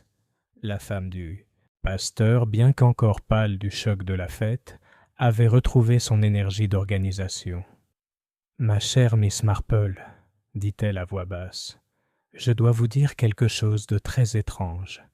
M. Ellison est venu me voir hier soir. Il s'est montré très courtois, très convenable, mais il m'a posé une question des plus étranges. M'avait-on jamais confié une lettre de Madame Harper? Je lui ai assuré que non. Il a semblé soulagé. Je ne comprends pas pourquoi. » Miss Marple pinça les lèvres. Très curieux, en effet. C'est surprenant ce que des hommes adultes sont prêts à faire pour récupérer quelques feuilles de papier. La mémoire du commerçant. Sur le chemin du retour, ils s'arrêtèrent chez l'épicier. Le vieux monsieur Pritchard, au service du village depuis 40 ans, se pencha avec confidence au-dessus du comptoir. « Entre nous, Miss Marple, il y avait quelque chose d'étrange chez Madame Harper la semaine dernière. Elle est venue chercher de la cire à cacheter. Un bâton de cire rouge, remarquez, du genre que presque personne n'achète de nos jours. Elle a dit qu'elle la voulait pour quelque chose d'intime. Je m'en souviens parce qu'elle semblait nerveuse, presque coupable. Mais qu'est-ce qu'une dame comme elle pourrait bien vouloir de la cire à cacheter? En effet, dit Miss Marple avec un léger sourire, c'est une précaution très démodée, n'est-ce pas? On n'y a recours que par crainte d'une altération. Monsieur Pritchard hocha vigoureusement la tête. Exactement ce que je pensais. Une fois dehors, Elizabeth prit sa tante par le bras. « Tante Jane, de la cire à cacheter. Pour l'enveloppe à la fête? Très probablement, ma chère. Cela suggère qu'elle tenait à ce que sa lettre arrive intacte. » Elizabeth fronça les sourcils. « Mais pourquoi le donner si furtivement? Pourquoi le glisser dans la poche de M. Ellison plutôt que de le lui donner ouvertement? Les yeux de Miss Marple pétillèrent. Parce que, peut-être, elle ne voulait pas qu'on sache qu'elle le lui avait donné. On se fait souvent croire que ses secrets sont en sécurité si l'acte lui-même est caché. Réflexion du soir. Ce soir-là, Miss Marple était assise tranquillement près du feu, ses aiguilles à tricoter claquant doucement. Élisabeth l'observait, incapable de garder le silence. Tante Jane, si ce n'était pas du poison, alors comment est-elle morte? Et le feu, le gant, les lettres, que signifie-t-il? Miss Marple leva les yeux brillants. Ma chère, je crois que Madame Harper était effrayée, très effrayée. Elle craignait les lettres, elle craignait d'être découverte, et elle cherchait à remettre quelque chose à des mains plus sûres. Qu'elle ait agi si maladroitement n'est pas surprenant. La peur rend les gens maladroits. Mais quant à la façon dont elle est morte, on le saura quand on saura non seulement ce qui l'a effrayée, mais aussi qui l'a fait. Élisabeth frissonna. « Et tu crois que la réponse se trouve ici, à Willowbrook ?» Miss Marple sourit faiblement. « Toujours, ma chère. Dans les villages, la réponse n'est jamais bien loin. Elle est assise à votre table à thé. Elle vous croise dans le chemin. La nature humaine est la même à St. Mary Mead, à Willowbrook ou à Londres même. Les gens se révèlent dans des broutilles, comme le faisait Madame Harper avec ses chaussures et sa cire à cacheter. » Elle se pencha de nouveau sur son tricot. « Ça viendra. Il faut juste être patient et écouter. » Chapitre 8. Les lettres. L'air à Willowbrook était devenu lourd, malgré le beau temps. Ce n'était pas le genre de lourdeur qui présage la pluie, mais le poids particulier des non-dits. Les voisins se saluaient d'un ton sec. Les conversations cessaient brusquement dès qu'une troisième personne entrait dans la pièce, et chaque coup frappé à une porte éveillait l'idée vacillante que ce pourrait être la police qui apportait des nouvelles. Dans le cottage, Elizabeth Carrington s'activait à son ménage avec plus d'énergie que d'habitude. C'était sa façon de combattre le stress. Miss Marple, quant à elle, était assise dans son fauteuil habituel, ses aiguilles claquant doucement, le regard distant mais attentif. La frustration de l'inspecteur Mallory. L'inspecteur Mallory est venu dans l'après-midi. Son expression était plus sombre que jamais. « Nous n'avons rien trouvé de plus, » admit-il en posant son carnet sur la table d'Élisabeth. « Ni poison, ni armes, ni témoins, hormis ce que nous savons déjà. Et Harper, zut le diable, clame toujours son innocence. Il parle sans cesse de lettres, mais refuse de citer des noms. Maudit Don Quichotesque, il sera pendu pour son silence. » Miss Marple sourit doucement. « Pas forcément, inspecteur. Le silence est parfois plus éloquent que les mots. » Mallory fronça les sourcils. « Que veux-tu dire ?»« Je veux dire, » dit Miss Marple, « qu'un homme peut refuser de prononcer un nom pour de nombreuses raisons. Par amour, par honte, ou même par peur. Il faut se demander, laquelle de ces raisons s'applique ici ?» Mallory secoua la tête. « Je ne courrai pas après les ombres. Tant que je n'aurai pas de preuves concrètes, l'affaire restera en suspens. » Une visite de Madame Frobisher. Peu de temps après le départ de Mallory, Madame Frobisher est arrivée très excitée. « Mais chérie, je ne devrais pas en dire un mot, mais puisqu'il s'agit de vous, Miss Marple, eh bien il faut partager ses soucis, n'est-ce pas? J'ai appris par la sœur du mari de ma cousine, qui était la plus digne de confiance, que Lydia Harper recevait des lettres. Des lettres d'amour, Miss Marple, d'un homme au-dessus de sa condition. Elle les a cachées, mais son mari l'a découvert. Cela explique tout, n'est-ce pas? » Élisabeth rougit. « Madame Frobisher, voulez-vous dire Monsieur Ellison ?» Madame Frobisher pinça les lèvres. « Je n'ai pas dit ça.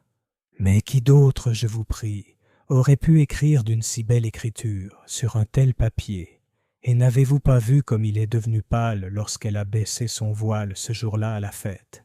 Croyez-moi, il est au cœur de tout. » Elle se pencha en avant, les yeux brillants. « Et laissez-moi vous dire, il a été question d'un testament. On dit que M. Ellison a modifié son testament l'année dernière. Qui sait quelles promesses ont été faites ou rompues. » Une fois partie, Élisabeth soupira. Cela paraît si clair, et pourtant si terrible. Miss Marple lui tapota la main. La clarté, ma chère, n'est parfois que le triomphe des ragots sur la vérité. Il faut être prudent. La confiance du jeune curé. Ce soir-là, tandis qu'Élisabeth s'occupait de ses filles, le jeune curé, M. Léonard, s'approcha timidement de la maison. Ses oreilles rosirent en expliquant qu'il avait quelque chose sur la conscience. « Je n'aime pas raconter d'histoire, Miss Marple, mais Madame Harper s'est confiée un jour à moi. Elle était préoccupée par certaines lettres, des lettres qu'elle craignait de tomber entre de mauvaises mains. Elle a parlé de les sceller à nouveau pour les protéger. Elle m'a demandé conseil. Je lui ai dit, bien sûr, que l'honnêteté était la meilleure solution, mais elle s'est contentée de sourire tristement et a dit « Vous ne savez pas ce que c'est que d'avoir peur. » Miss Marple hocha gravement la tête. « Et elle n'a donné aucune indication sur leur provenance ?»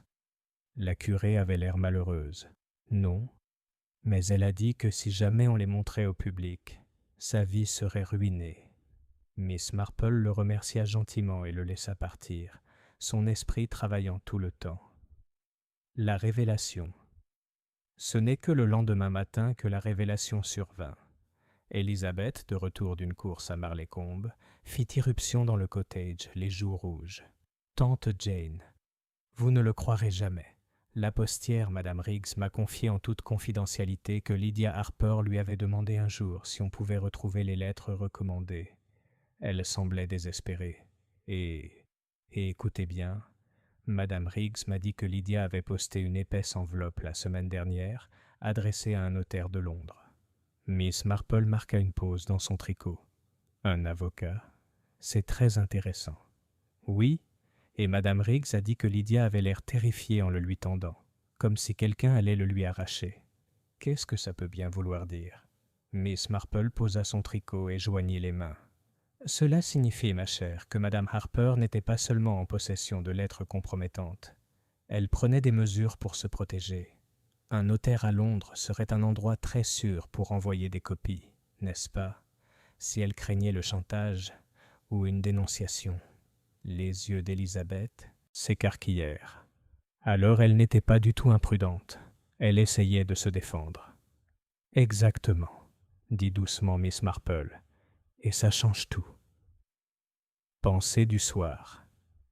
À la tombée de la nuit, Miss Marple était assise près de la fenêtre, regardant les lampes s'allumer dans les chaumières le long du chemin. Elle parlait doucement, presque pour elle-même. Elle craignait les lettres et prenait des précautions. Quelqu'un connaissait ces précautions et les craignait. C'est, je pense, la raison de sa mort.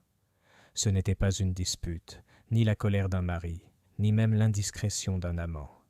C'était la peur qui s'opposait à la peur, et le désespoir faisait le reste. Son regard devint grave. La question est désormais simple.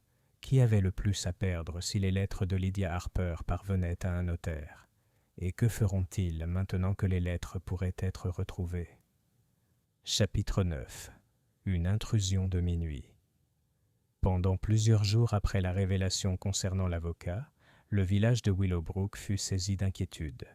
L'inspecteur Mallory resta obstinément concentré sur Arthur Harper, même si l'absence de poison le troublait.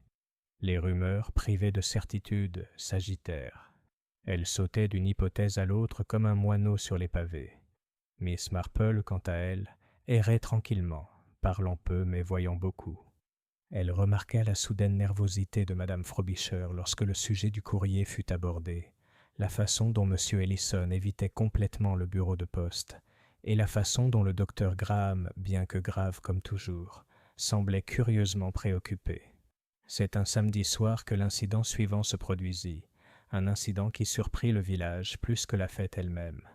Le cambriolage Elizabeth Carrington fut réveillée vers minuit par un bruit provenant de l'entrée du cottage. Elle se glissa hors du lit, le cœur battant, et se dirigea vers la fenêtre du palier. Au clair de lune, elle aperçut une silhouette sombre au portail du jardin.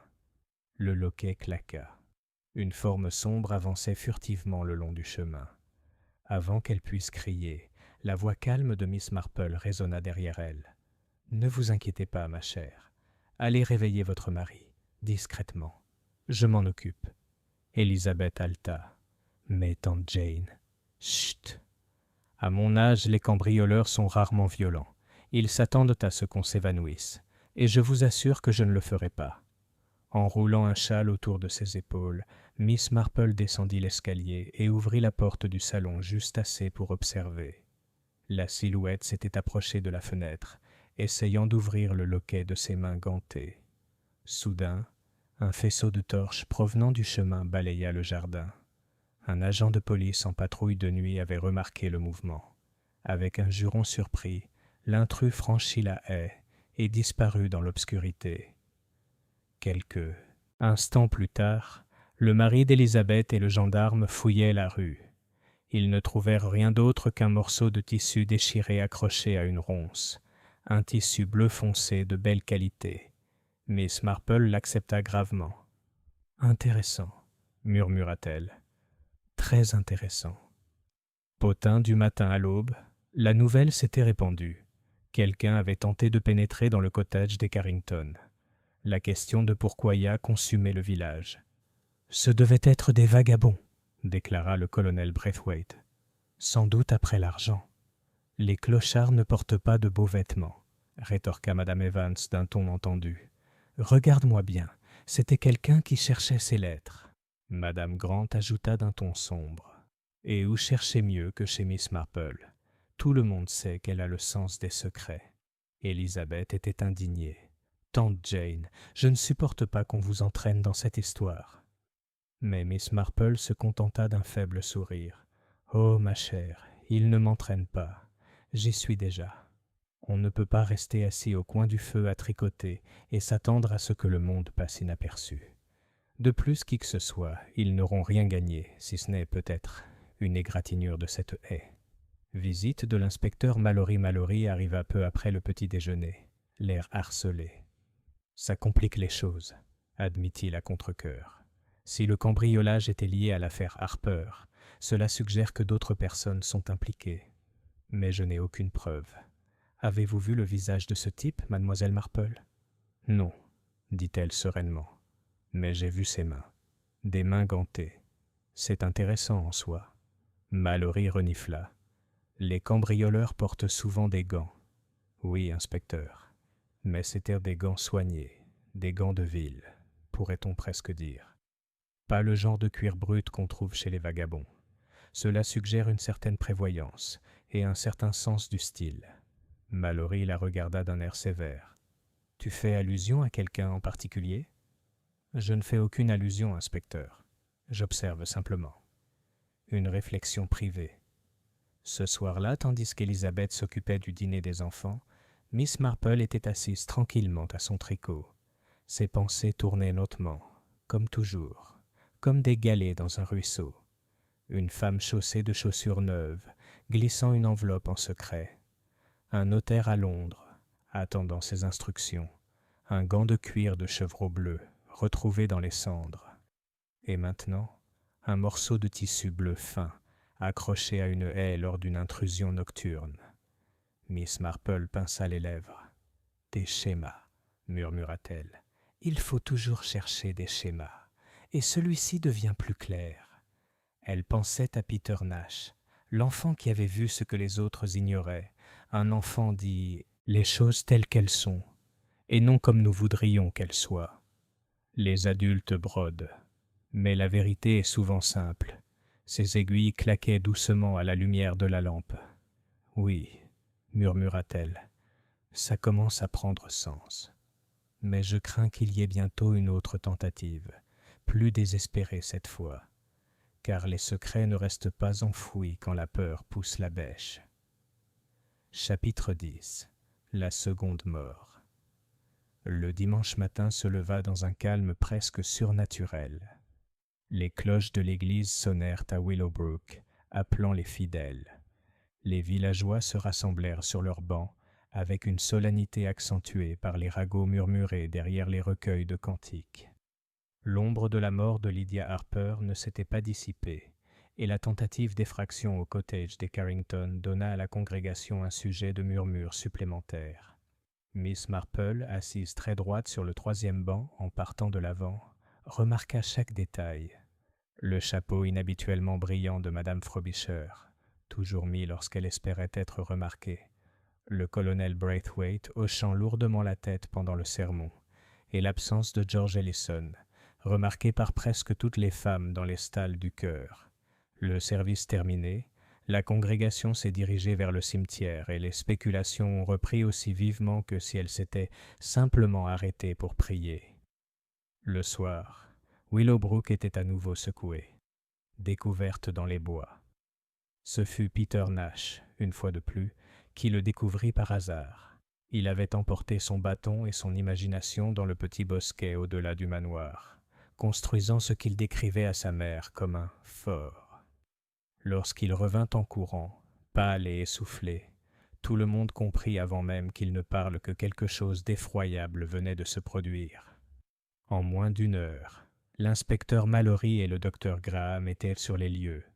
Miss Marple, accompagnée d'Elizabeth, arriva discrètement au bord de la foule. Là, étendu parmi les fougères, se trouvait Arthur, le mari de Madame Lydia Harper. Son visage était crispé, son corps anormalement tordu. Le docteur Graham s'agenouilla et lui toucha brièvement la main, puis se releva en secouant la tête d'un air sombre. « Il est mort. » Un murmure parcourut les villageois. Mort. Et à un moment pareil, alors que les soupçons pesèrent déjà lourdement sur lui. L'inspecteur Mallory se redressa, la mâchoire serrée. « Encore une tragédie, dit-il, mais son regard était perçant de frustration. Ça pourrait être l'alcool, ça pourrait être le désespoir, mais... Il regarda autour de lui, les sourcils froncés. « Il y a des marques ici. Regardez. » Il désigna le sol. « Lutte, et ce bleu à la tempe. Non, je ne pense pas que ce soit de sa faute. » Rumeur ravivée.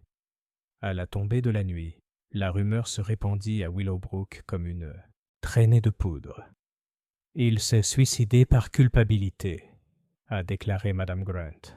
« Il a été réduit au silence, » a insisté Madame Evans. « Il en savait trop. » « Croyez-moi, » dit le colonel Braithwaite, « cela prouve qu'il s'agissait d'un complot. Il y a encore du nouveau. » Elizabeth, pâle et secouée, servit du thé à sa tante. « Arthur Harper est mort. Alors il n'a pas pu tuer Lydia, n'est-ce pas? » « Oh, tante Jane, qu'est-ce que ça veut dire ?»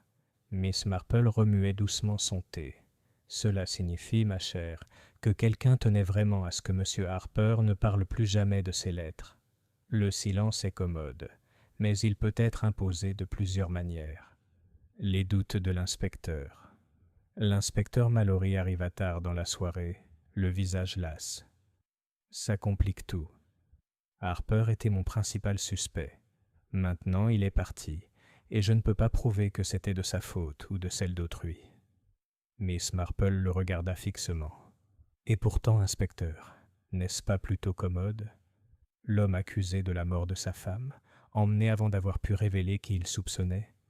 Cela ne dénote, je pense, ni un accident, ni même un désespoir, mais le désespoir d'autrui. » Mallory passe une main dans ses cheveux. « Alors qui? Qui avait de bonnes raisons de tuer mari et femme? » Miss Marple sourit faiblement. « C'est bien là la question, n'est-ce pas? Mais soyez prudent, inspecteur. Les gens mus par la peur agiront encore et encore, jusqu'à ce qu'on les arrête. » Réflexion du soir. Une fois l'inspecteur parti, Elizabeth se tourna vers sa tante, presque désespérée. « 2 morts, Lydia et Arthur, et toutes 2 liées à ces mystérieuses lettres. Qu'est-ce qui peut bien les contenir, tante Jane, pour mériter qu'on me tue ?» Miss Marple pliait son tricot avec une précision impeccable. « Ma chère, les lettres sont souvent plus dangereuses que les pistolets. Un pistolet ne tue qu'une fois. Les lettres peuvent tuer à maintes reprises, par le spectacle, par la honte, par la ruine. Quelqu'un craignait ce que Lydia Harper savait. Et maintenant que son mari est parti, j'ose dire que la peur est encore plus vive. Ce qui signifie, Elizabeth. » Elle jeta un coup d'œil vers la fenêtre sombre, où le village était silencieux sous la lune. Le danger n'est pas encore passé. Chapitre 11. Les lettres révélées. Le lendemain de la mort d'Arthur Harper, Willowbrook gisait sous un lourd fardeau. C'était une chose pour une femme de mourir subitement lors d'une fête, c'en était une autre pour son mari d'être retrouvé sans vie dans les bois quelques jours plus tard. Pour les villageois, c'était presque biblique par sa symétrie, le jugement après le péché. Pourtant, pour Miss Marple, ce n'était pas un acte providentiel, mais un acte humain. Elizabeth Carrington, pâle et inquiète, serra le bras de sa tante tandis qu'elle se rendait à la poste. Oh, ce matin-là, tante Jane, j'ose à peine entrer. Tout le village sera là, bourdonnant comme des abeilles. Et les abeilles, ma chère, observa Miss Marple, produisent souvent du miel en bourdonnant. Voyons quelle douceur ou piqûre nous pouvons récolter. Un mot avec Madame Riggs. La receveuse, Madame Riggs, les accueillit avec son habituel mélange de suspicion et de curiosité. Elle avait le regard perçant de quelqu'un qui a passé sa vie à observer l'écriture, et la langue encore plus acérée de quelqu'un qui a tout entendu en premier. « Bonjour, Miss Marple, Mrs. Carrington. C'est une histoire tragique. Pauvre Monsieur Harper. Mais entre nous... » Elle baissa la voix. « Je ne peux pas dire que je sois surprise. Quand un homme boit comme il l'a fait et se dispute si ouvertement, eh bien, ça finit toujours par arriver. » Miss Marple inclina doucement la tête. « Vous avez mentionné l'autre jour que Madame Harper avait posté une enveloppe à un notaire londonien. Vous souvenez-vous de quel cabinet il s'agissait ?» Madame Riggs jeta un coup d'œil autour d'elle, puis se pencha. « Hollingworth and Mason, Lincoln's Inn Fields. Je m'en souviens, car elle m'a demandé si le courrier recommandé était le plus sûr, et elle tenait absolument à ce que je note soigneusement le numéro. Elle était nerveuse comme un chat. Et je me souviens d'autre chose. Elle avait une autre enveloppe dans son sac, non postée mais rangée. Elle semblait épaisse aussi. Je suppose que c'était l'exemplaire qu'elle comptait garder. »« En effet, » murmura Miss Marple, « vous m'avez été d'une grande aide, Madame Riggs. » Un visiteur inattendu. Cet après-midi-là, M. George Ellison en personne se rendit au cottage d'Elizabeth. Il était impeccablement vêtu, mais une certaine tension se dégageait de lui, comme si son sang-froid était trop serré. « Madame Carrington, Mademoiselle Marple, » dit-il en s'inclinant légèrement. « Vous m'excuserez de m'être indisposé, mais je me suis senti obligé de m'expliquer. On a dit que j'étais en couple avec Madame Harper. Rien n'est plus faux. Elle m'a bien donné une enveloppe un jour, c'est vrai, mais elle n'était pas de sa main. Elle me l'a donnée sous la main d'un coup, et je l'avoue, je ne l'ai regardée que plus tard. Elle ne contenait que quelques feuilles. Je les ai brûlées aussitôt, voyant qu'elles ne me concernaient pas. » Elisabeth haleta. « Tu les as brûlées ?» Ellison leva le menton. « Naturellement. On ne garde pas les broutilles des autres. Je voulais éviter les ragots. Mais je vous jure qu'il n'y avait rien de compromettant. » Le regard de Miss Marple se posa sur lui avec un intérêt poli. « Vous êtes bien sûr, monsieur Ellison, qu'il n'y avait rien d'important ?»« Tout à fait sûr, » dit-il fermement. « C'étaient des absurdités, des phrases griffonnées. Je croyais que c'étaient les divagations d'une femme en mauvaise santé. » Après son départ, Elizabeth se tourna vers sa tante, horrifiée. « Tante Jane, s'il les a vraiment détruits, alors la vérité est perdue à jamais. » Les aiguilles à tricoter de Miss Marple claquèrent doucement. « Ma chère, les hommes brûlent souvent des papiers qu'ils ne devraient pas, mais ils les détruisent très rarement. Chaque copie. Madame Harper n'était pas une idiote. Elle s'est assurée, je crois, et l'avocat londonien pourrait bien le prouver. Une conversation avec le docteur Graham plus tard dans la journée, Mademoiselle Marple réussit à croiser le docteur Graham devant son cabinet. Le médecin, l'air harcelé, s'arrêta pour la saluer. « Elle s'est confiée à vous, je crois, » dit doucement Miss Marple. « Madame Harper. » Le docteur Graham soupira. Elle était troublée, oui. Elle craignait d'être exposée. Elle m'a dit qu'il y avait des lettres, écrites par quelqu'un qui n'aurait jamais dû les écrire. Elle n'a pas voulu nommer l'auteur, mais elle a dit « Si on les lisait à voix haute, non seulement cela me ruinerait, mais cela le ruinerait aussi. » « Lui, » répéta Miss Marple pensivement, « c'est très important. » Le médecin hésita. Je ne devrais pas dire ça, Miss Marple, mais je crains que ces lettres ne contiennent plus que des bêtises sentimentales. Je crois qu'elles évoquaient des questions d'argent, de grosses sommes, des placements, peut-être des détournements. Miss Marple hocha lentement la tête. Oui, cela expliquerait beaucoup de choses. Réflexion du soir. Ce soir-là, Élisabeth trouva sa tante assise tranquillement près du feu, son tricot mis de côté pour une fois. « Tante Jane, pensez-vous que les lettres concernaient M. Ellison ?» Miss Marple la regarda gravement. « Ma chère, je ne pense. J'observe. Et voici ce que j'ai observé. Le calme de M. Ellison est trop étudié, son récit trop précis. La peur de Mme Harper était sincère, et la peur n'est rarement de rien. Quelqu'un à Willowbrook risquait de perdre bien plus que sa réputation si ces lettres étaient connues. La réputation, après tout, peut être restaurée. Mais la fortune, le pouvoir, ce sont des choses que l'on est prêt à tuer pour protéger. » Élisabeth frissonna. « Alors, le mobile n'était pas la jalousie, mais l'argent. » Miss Marple sourit faiblement. « Ma chère, d'après mon expérience, l'amour peut rendre les gens stupides, mais l'argent les rend dangereux. » Elle joignit les mains. « Et maintenant, il nous faut découvrir ce qu'il est advenu de la copie que Mme Harper a conservée. Car si elle existe encore, elle pourrait nous révéler quelle main a véritablement guidé la sienne, vers sa mort et celle de son mari. » Chapitre 12. La copie disparut. Le lendemain de la visite de George Ellison, le temps était gris et agité, avec un vent impétueux qui faisait grincer les branches des ormes contre les fenêtres du cottage. Elizabeth Carrington avait à peine dormi, troublée par les pensées de deux. La mort d'Arthur Harper et le mystère murmuré des lettres. Miss Marple, cependant, se leva à son heure habituelle, impeccable comme toujours, son chapeau posé avec précision sur ses cheveux argentés. « Ma chère, dit-elle au petit déjeuner, je pense que nous devons rendre visite à Madame Nash. » Élisabeth cligna des yeux. « La mère de Peter ? » En effet, les enfants sont les témoins les moins fiables au tribunal, mais les plus fiables dans la vie. Ils racontent ce qu'ils ont vu, et non ce qu'ils en déduisent. Et Peter, j'imagine, en a vu plus qu'il n'en sait. La cuisine de Madame Nash. Le cottage des Nash sentait le pain frais et la fumée de bois. Madame Nash, une femme bienveillante aux yeux fatigués, les accueillit chaleureusement.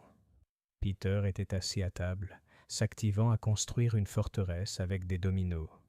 Miss Marple loua son génie avec un intérêt sincère, avant de se tourner doucement vers sa mère. « Je me demandais, Madame Nash, si Peter avait parlé de la fête. Il m'a parlé d'un gant, très observateur de sa part. Mais peut-être y avait-il autre chose ?» Madame Nash hésita. « Eh bien, Miss Marple, il a dit quelque chose d'étrange. Je lui ai dit de ne pas en parler, mais vous devriez peut-être le savoir. Il a dit avoir vu Madame Harper avec un petit paquet dans son sac, quelque chose ficelé avec de la cire rouge. Il a juré l'avoir vue quand elle s'est penchée sur le stand de confiture. Je lui ai dit de ne pas être fantaisiste, mais il en était certain. » Les yeux de Miss Marple s'illuminèrent. « De la cire rouge, dites-vous? C'est très significatif. Merci, Madame Nash. » Une interruption indésirable. Sur le chemin du retour, Élisabeth et sa tante croisèrent l'inspecteur Mallory. Il semblait épuisé, ses bottes couvertes de boue à force de marcher péniblement dans les bois. « Mademoiselle Marple, dit-il sèchement, vous devez cesser de vous mêler de tout. J'ai entendu dire que vous avez interrogé des villageois. C'est une affaire de police. » Miss Marple sourit gentiment. « Mais, inspecteur, je ne pose que les questions que toute vieille femme poserait. Et les gens me disent des choses que vous n'auriez jamais pensé à demander. » Mallory fronça les sourcils. « Et que t'ont-ils dit ?»« Que Madame Harper avait plusieurs exemplaires de ces lettres, » dit doucement Mademoiselle Marple, « et qu'au moins l'un d'eux était scellé à la cire rouge. » Le visage de Mallory changea. « Si c'est vrai, où est-il ?» Miss Marple inclina la tête. « C'est précisément ce que je compte découvrir, inspecteur. Mais je vous conseille de vous dépêcher, car je crois que d'autres cherchent aussi, avec moins de scrupules. » La tentative du presbytère. Cette nuit-là même, une seconde intrusion eut lieu, cette fois au presbytère.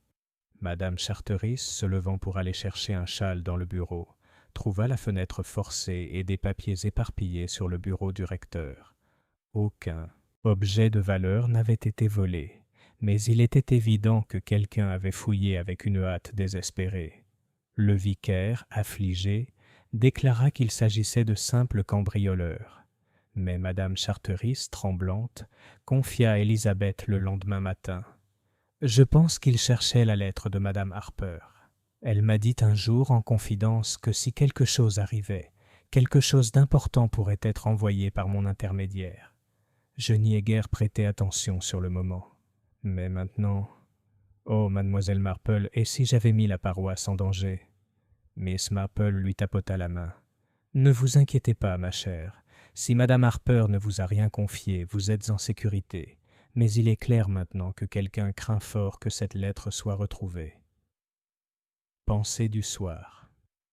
De retour au cottage Carrington, Élisabeth ne tenait pas en place. « Tante Jane, on dirait qu'on fouille tout le monde. D'abord notre maison, maintenant le presbytère. Qui que ce soit, ils doivent être paniqués. »« Oui, » acquiesça calmement Miss Marple, ses aiguilles claquant. « Les gens frénétiques font des erreurs, et les erreurs sont très révélatrices. » Elle regarda la ruelle qui s'assombrissait, l'air pensif. « La copie des lettres existe toujours, j'en suis convaincu, et elle est très probablement cachée dans un endroit simple, oublié. Quand on la retrouvera, ma chère, tout changera. » Élisabeth se pencha. « Mais tante Jane, et si le meurtrier le trouve en premier ?» Les yeux brillants et perspicaces de Miss Marple se reportèrent à son tricot. « Alors, dit-elle doucement, il y aura peut-être une autre mort avant que ce soit fait. » Chapitre 13. Les lettres cachées. C'était une matinée lumineuse et trompeuse, le genre de matin où le soleil dansait sur les fenêtres et où les haies semblaient presque trop vertes. Pourtant, à Willowbrook, l'atmosphère était tendue, comme si tout le village retenait son souffle. 2 morts, 2 intrusions, et pourtant, la vérité des lettres de Lydia Harper demeurait cachée.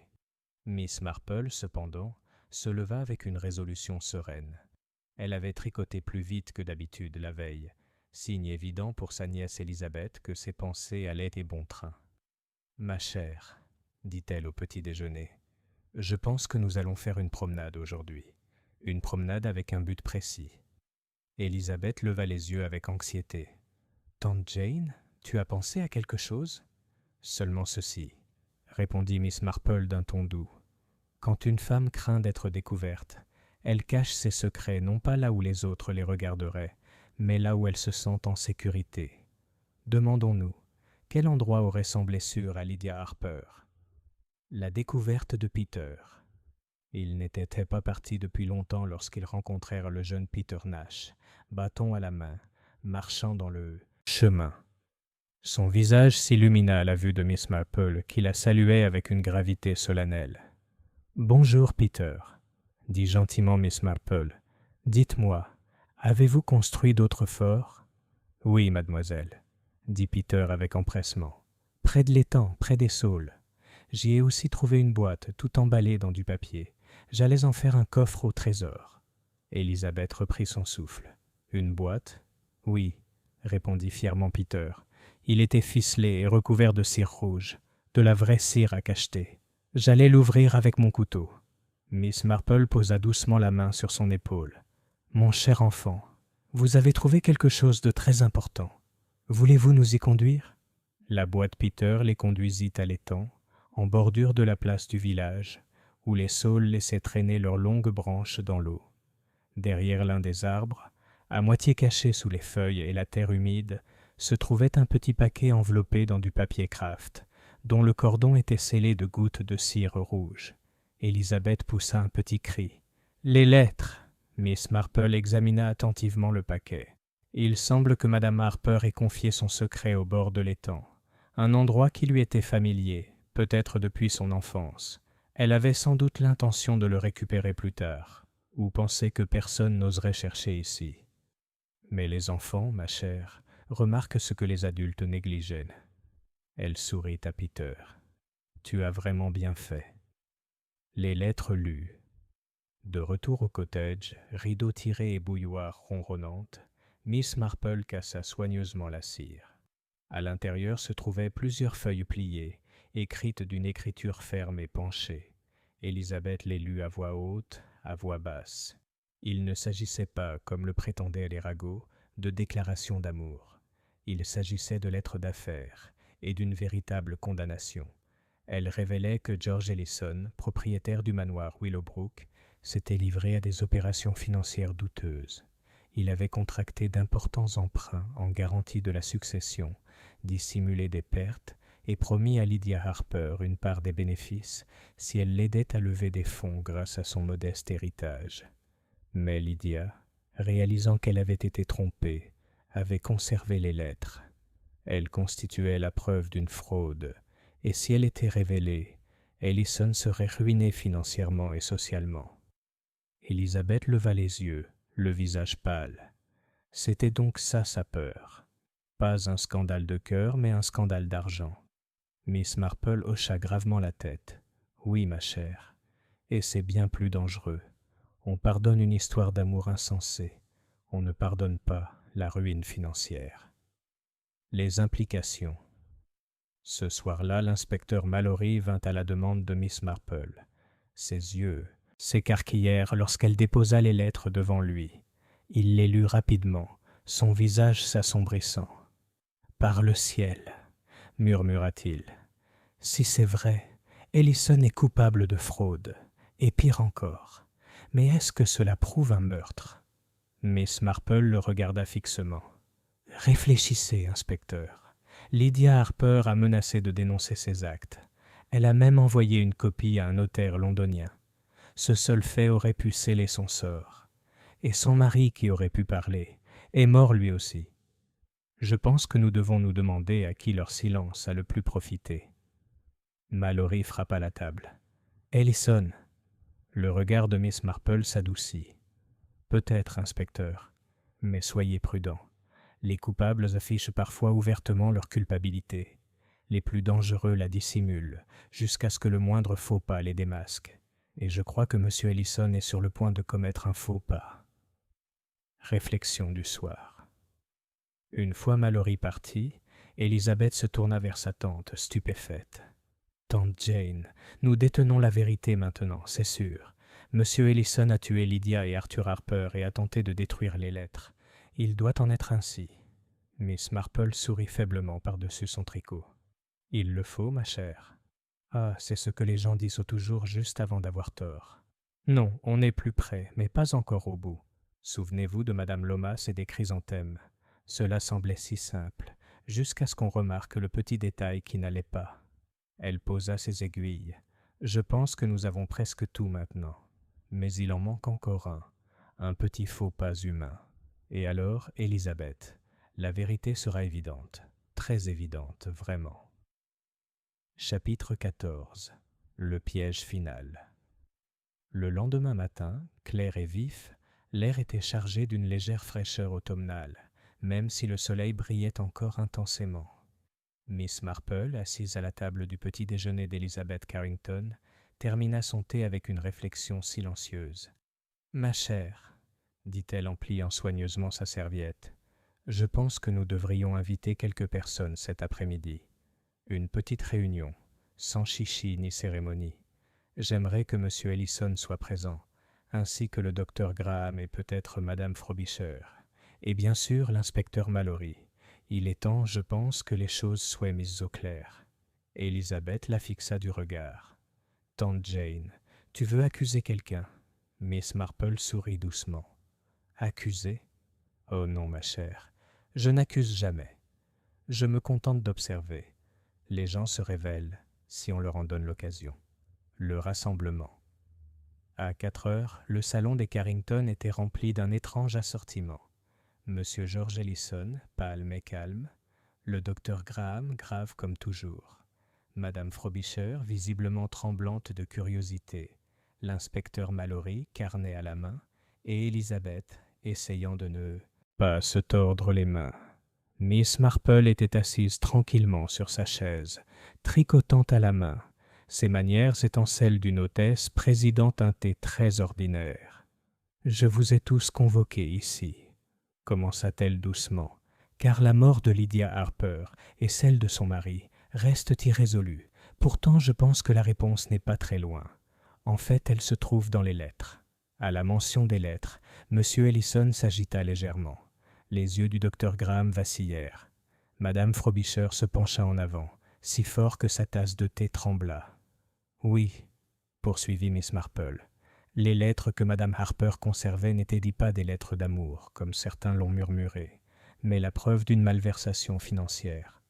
Elles impliquaient un homme influent de ce village, un homme qui ne pouvait se permettre de se faire connaître.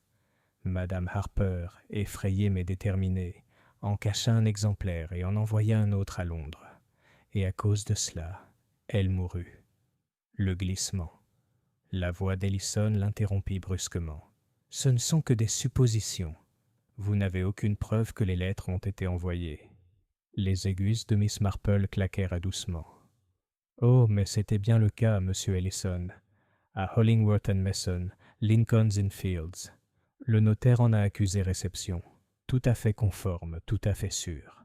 Je suis sûr que le moment venu, leur contenu sera examiné par les autorités compétentes. » Le visage d'Ellison se vida. « Alors c'est inutile. Tout est inutile. » Le silence retomba dans la salle. L'inspecteur Mallory se leva, les yeux plissés. « Vous admettez donc avoir eu des raisons de craindre ces lettres. » Ellison jeta un regard égaré autour de lui, puis se laissa retomber sur sa chaise, son sang-froid s'effritant. « Elle m'a menacé. Elle a dit qu'elle me ruinerait. Je voulais juste l'effrayer, la faire s'évanouir, rien de plus. Quelques gouttes dans son cordial, pas du poison, juste un remède pour la secouer. Mais ça a mal tourné, terriblement mal. Et quand son mari a commencé à avoir des soupçons, je n'ai pas eu le choix. Il aurait dit la vérité à la police. C'était lui ou moi. » La révélation Miss Marple posa son tricot. Sa voix était douce, presque triste. « Voyez-vous, inspecteur, ce n'était ni de la jalousie ni de la passion, comme nous l'avons d'abord cru. C'était de l'argent, comme c'est souvent le cas. M. Ellison craignait d'être démasqué. Il songea à faire taire Lydia Harper avec une drogue, mais sa main était plus lourde qu'il ne le pensait. Et quand Arthur Harper aurait pu parler, il le fit taire aussi. Les incendies, les cambriolages, tout cela n'était que des tentatives maladroites pour détruire les preuves. Mais les lettres, comme la vérité, ont le don de survivre. » Mallory referma son carnet. « George Ellison, je dois vous arrêter, soupçonné de meurtre. » Ellison enfouit son visage dans ses mains. Tout s'envolait. Le manoir, la terre, mon nom, tout avait disparu. Je ne pouvais plus le supporter. Conséquence, lorsque l'inspecteur eut emmené Ellison, le salon parut soudain très silencieux. Madame Frobisher s'essuya les yeux et murmura quelque chose sur le fait de ne jamais faire confiance aux beaux hommes. Le docteur Graham baissa la tête, accablé de lassitude. Elizabeth se tourna vers sa tante, encore pâle sous le choc. « Tante Jane, » souffla-t-elle, « comment le saviez-vous » Miss Marple esquissa un petit sourire sec. « C'était très simple, ma chère. Des chaussures, des gants, de la cire à cacheter. Lydia Harper prenait soin de garder ses secrets. Elle n'aurait risqué aucune rumeur à moins d'être désespérée. Et les désespérés laissent trop des traces. » L'enfant remarqua le tic, l'enveloppe, le gant. Ellison tressaillit parce qu'il avait quelque chose à cacher. Il suffisait d'écouter. Elle reprit son tricot. « La nature humaine, Elisabeth, est à peu près la même partout. Les gens sont ruinés non pas par leurs ennemis, mais par leur petite vanité et leur peur. Et la pauvre Lydia Harper a payé le prix de la peur d'autrui. » Elisabeth frissonna. « Mais c'est fini maintenant, n'est-ce pas ?» Les aiguilles de Miss Marple claquèrent doucement. « Terminé, oui. Mais Willowbrook n'oubliera pas de sitôt. Les villages ne s'oublient jamais. La verdure se souviendra, et les saules près de l'étang se souviendront. Et nous aussi. » Chapitre 15. Conséquences à Willowbrook. Dans les semaines qui suivirent l'arrestation de George Ellison, Willowbrook reprit difficilement ses habitudes. Le facteur siffla de nouveau pendant sa tournée, le garçon boucher transporta ses colis avec une importance renouvelée, et l'épicier mesura de nouveau le sucre et le thé avec la même aisance qu'avant la tragédie. Pourtant, sous la surface, la vie avait changé. Au Rose and Crown, la conversation s'orienta inévitablement vers les Harper et le manoir. Madame Evans déclara avoir toujours soupçonné quelque chose de louche avec l'argent, tandis que Madame Grant rappelait à qui voulait l'entendre qu'elle avait remarqué dès le début la façon dont le voile de Lydia Harper avait été coupé trop à la mode pour le goût du village. Le colonel Braithwaite déclara d'un ton sentencieux que la fraude était un crime pire que la passion, même si son auditoire le pensait en privé plus horrifié par l'effondrement de la respectabilité d'Ellison que par les meurtres eux-mêmes. Le manoir lui-même était silencieux, les volets étaient tirés, les domestiques renvoyés. Ces fières portes dominaient le village avec une sorte de mélancolie, comme si elles aussi ressentaient la honte de leur maître. Conversation tranquille. Au cottage d'Elizabeth Carrington, cependant, la vie retrouvait son petit confort. Les enfants jouaient dans le jardin. Le mari d'Elizabeth s'occupait de ses comptes, et Miss Marple tricotait près de la fenêtre, le regard calme et pensif. Un soir, alors qu'elles étaient assises ensemble, Elizabeth parla avec hésitation. « Tante Jane, avez-vous parfois l'impression, oh, je ne sais pas comment le dire, que la vie au village est trop petite pour accueillir des choses aussi horribles, que le meurtre est réservé aux villes, aux étrangers, et non aux fêtes foraines et aux stands de confiture ?» Miss Marple la regarda avec bienveillance. « Ma chère, la méchanceté est comme une graine de pissenlit. Elle flotte partout où réside la nature humaine et prend racine, parfois, dans les jardins les plus paisibles. Je l'ai souvent vue, et chaque fois les gens disent « Pas ici, sûrement pas ici ». Et pourtant elle est toujours là, partout où les gens aiment, haïssent et craignent. Élisabeth soupira. « Alors ce ne sera jamais vraiment sûr, n'est-ce pas ?» Les aiguilles de Miss Marple claquaient doucement. « La sécurité, ma chère, est une illusion. À la place, nous avons la gentillesse, la décence et la force tranquille de la vie ordinaire. Ces choses perdurent, même quand l'ombre tombe. Et si nous nous en souvenons, l'ombre ne triomphe jamais complètement. » Un village en souvenir Peter Nash jouait toujours à l'étang, mais sa mère le surveillait désormais avec plus d'attention. Il disait fièrement aux visiteurs « J'ai trouvé le trésor ». Mais les adultes le faisaient vite taire. Les saules se courbaient comme toujours, leurs longues branches traînant dans l'eau, et si les villageois regardaient dans cette direction, ils le faisaient en frissonnant. Au presbytère, Madame Charteris reprit l'organisation de bazar et de fêtes, mais toujours avec une légère voix tremblante. Le docteur Graham poursuivit sa tournée, plus fatigué qu'avant, peut-être parce qu'il savait que la mort avait frappé ses patients non pas par la nature, mais par l'homme. Et la verdure elle-même, là où Lydia Harper était tombée, reprit sa splendeur et sa luminosité. Des enfants y jouaient au cricket, comme pour prouver que la vie triomphait. Pourtant, lorsque la lumière du soir éclaira l'herbe, plus d'un villageois pensa à la femme aux chaussures neuves et au voile, et murmura son nom avec inquiétude. Le reflet de Miss Marple. Un soir, alors que le soleil se couchait et que les cloches de l'église sonnaient à l'heure, Élisabeth trouva sa tante regardant à travers la ruelle tranquille, son tricot soigneusement plié sur ses genoux. « Tante Jane, » demanda-t-elle doucement, « voulez-vous retourner à Saint-Mary-Mead maintenant ?» Miss Marple sourit faiblement. « Oui, ma chère. Mon jardin aura besoin de moi, et mon petit cercle à l'église se demandera ce que je suis devenue. Mais je me souviendrai très bien de Willowbrook et de la pauvre Lydia Harper. » Élisabeth lui serra la main. « Je ne comprends pas comment tu as pu voir autant de choses, alors que nous autres, nous en avons vu si peu. » Les yeux de Miss Marple pétillaient, malgré sa voix grave. « C'est dans la nature humaine, Élisabeth. Il faut regarder aux petites choses, les chaussures portées à tort, les lettres scellées quand personne ne s'en soucie, le tressaillement d'une main qui reçoit plus qu'elle ne le souhaite. Le mal se cache souvent dans les broutilles, et la vérité aussi. » La cloche de l'église sonna de nouveau, Miss Marple se leva, son châle sur les épaules, sa petite silhouette se découpant sur la lumière déclinante. « La vie continue, ma chère, dit-elle doucement.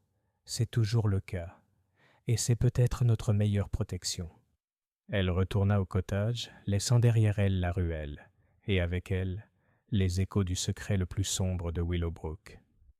Chapitre 16. Épilogue. Le thé et la vérité. 15 jours plus tard, Willowbrook avait l'air étrange d'un lieu décidé à oublier. On reparla de la fête, mais seulement sur un ton de « quel dommage », comme si ce n'était pas la mort, mais les banderoles et les gâteaux qui avaient été gâchés. George Ellison resta en détention, les journaux de Marlaycombe rapportant sa disgrâce avec délectation. Les villageois, bien que secrètement ravis d'avoir été mentionnés dans la presse, feignirent de déplorer la notoriété. L'inspecteur Mallory revint au cottage d'Elizabeth Carrington, laissant une trace de boue sur son paillasson propre. Il semblait mal à l'aise, mais déterminé. « Eh bien, Miss Marple, dit-il en s'éclaircissant la gorge, vous aviez raison. Zut alors, vous aviez raison dès le départ. J'étais trop obsédé par Harper. J'aurais dû savoir qu'il ne fallait pas ignorer votre instinct. » Miss Marple sourit gentiment et lui offrit une tasse de thé. « Pas d'instinct, inspecteur. Juste de l'observation. Chaussures, gants, cire à cacheter. Autant de broutilles. Et pourtant elles disent tout, si on les écoute. » Mallory marmonna quelque chose dans sa moustache. Des broutilles, en effet, mais accepta le thé avec un sourire réticent. « Pourtant, je ne nie pas que tu aies une façon de voir clair dans les gens. Ça donne l'impression d'être à moitié aveugle. » Miss Marple secoua la tête. « Pas aveugle, inspecteur. Juste pressé. Les policiers doivent chercher des preuves. Moi, qui n'ai d'autre tâche que le tricot et le thé, je peux observer les gens. Et les gens, vous savez, vous montreront toujours qui ils sont. » Le retour du village. La vie à Willowbrook reprit son cours. Madame Charteris reprit ses festivités avec une dignité tranquille, même si les banderoles ne flottaient plus jamais aussi joyeusement. Le colonel Braithwaite insista pour dire aux nouveaux venus qu'il avait toujours dit que c'était Ellison. Madame Evans et Grant se disputèrent amicalement pour savoir qui avait deviné la vérité en premier, et Madame Frobisher continua d'apparaître à chaque rassemblement avec des chapeaux trop éclatants pour le deuil. Les enfants jouaient de nouveau sur le pré, leurs cris résonnant à l'endroit même où Lydia Harper était tombée. Pourtant, s'ils s'approchaient trop près de l'étang, leur mère les rappelait sèchement. Les saules murmuraient, comme toujours, mais avec un son que certains juraient comme des pleurs. Les adieux de Miss Marple. Lors de sa dernière soirée au village, Miss Marple était assise près du feu d'Elizabeth, son tricot posé. Elizabeth, observant le profil calme de sa tante, parlait avec nostalgie. « Tu vas me manquer, tante Jane. Willowbrook semble plus en sécurité quand tu es là. » Miss Marple sourit doucement. « Ma chère, on n'est jamais vraiment en sécurité. Mais on s'en sort, car la vie continue, avec le thé, les jardins et les petites attentions. Au final, tout cela est plus fort que la peur. » Elizabeth hésita. « Et il y aura toujours des meurtres, tante Jane ?» Les yeux de Miss Marple brillèrent faiblement. « Tant qu'il y aura de la vanité, de la cupidité et de la peur, j'en ai bien peur. Mais tant qu'il y aura des enfants qui remarqueront ce que les autres ignorent, et des vieilles femmes qui se souviendront de la nature humaine, la vérité éclatera. » Elle se leva, son châle sur les épaules, et regarda une fois de plus par la fenêtre la ruelle du village, calme sous les étoiles. « Bonne nuit, Willowbrook, » murmura-t-elle. « Tu garderas tes secrets, mais pas éternellement. » Et sur ce, Miss Marple retourna à son tricot, sereine comme toujours, tandis qu'à l'extérieur le village s'installait dans le silence, portant ses cicatrices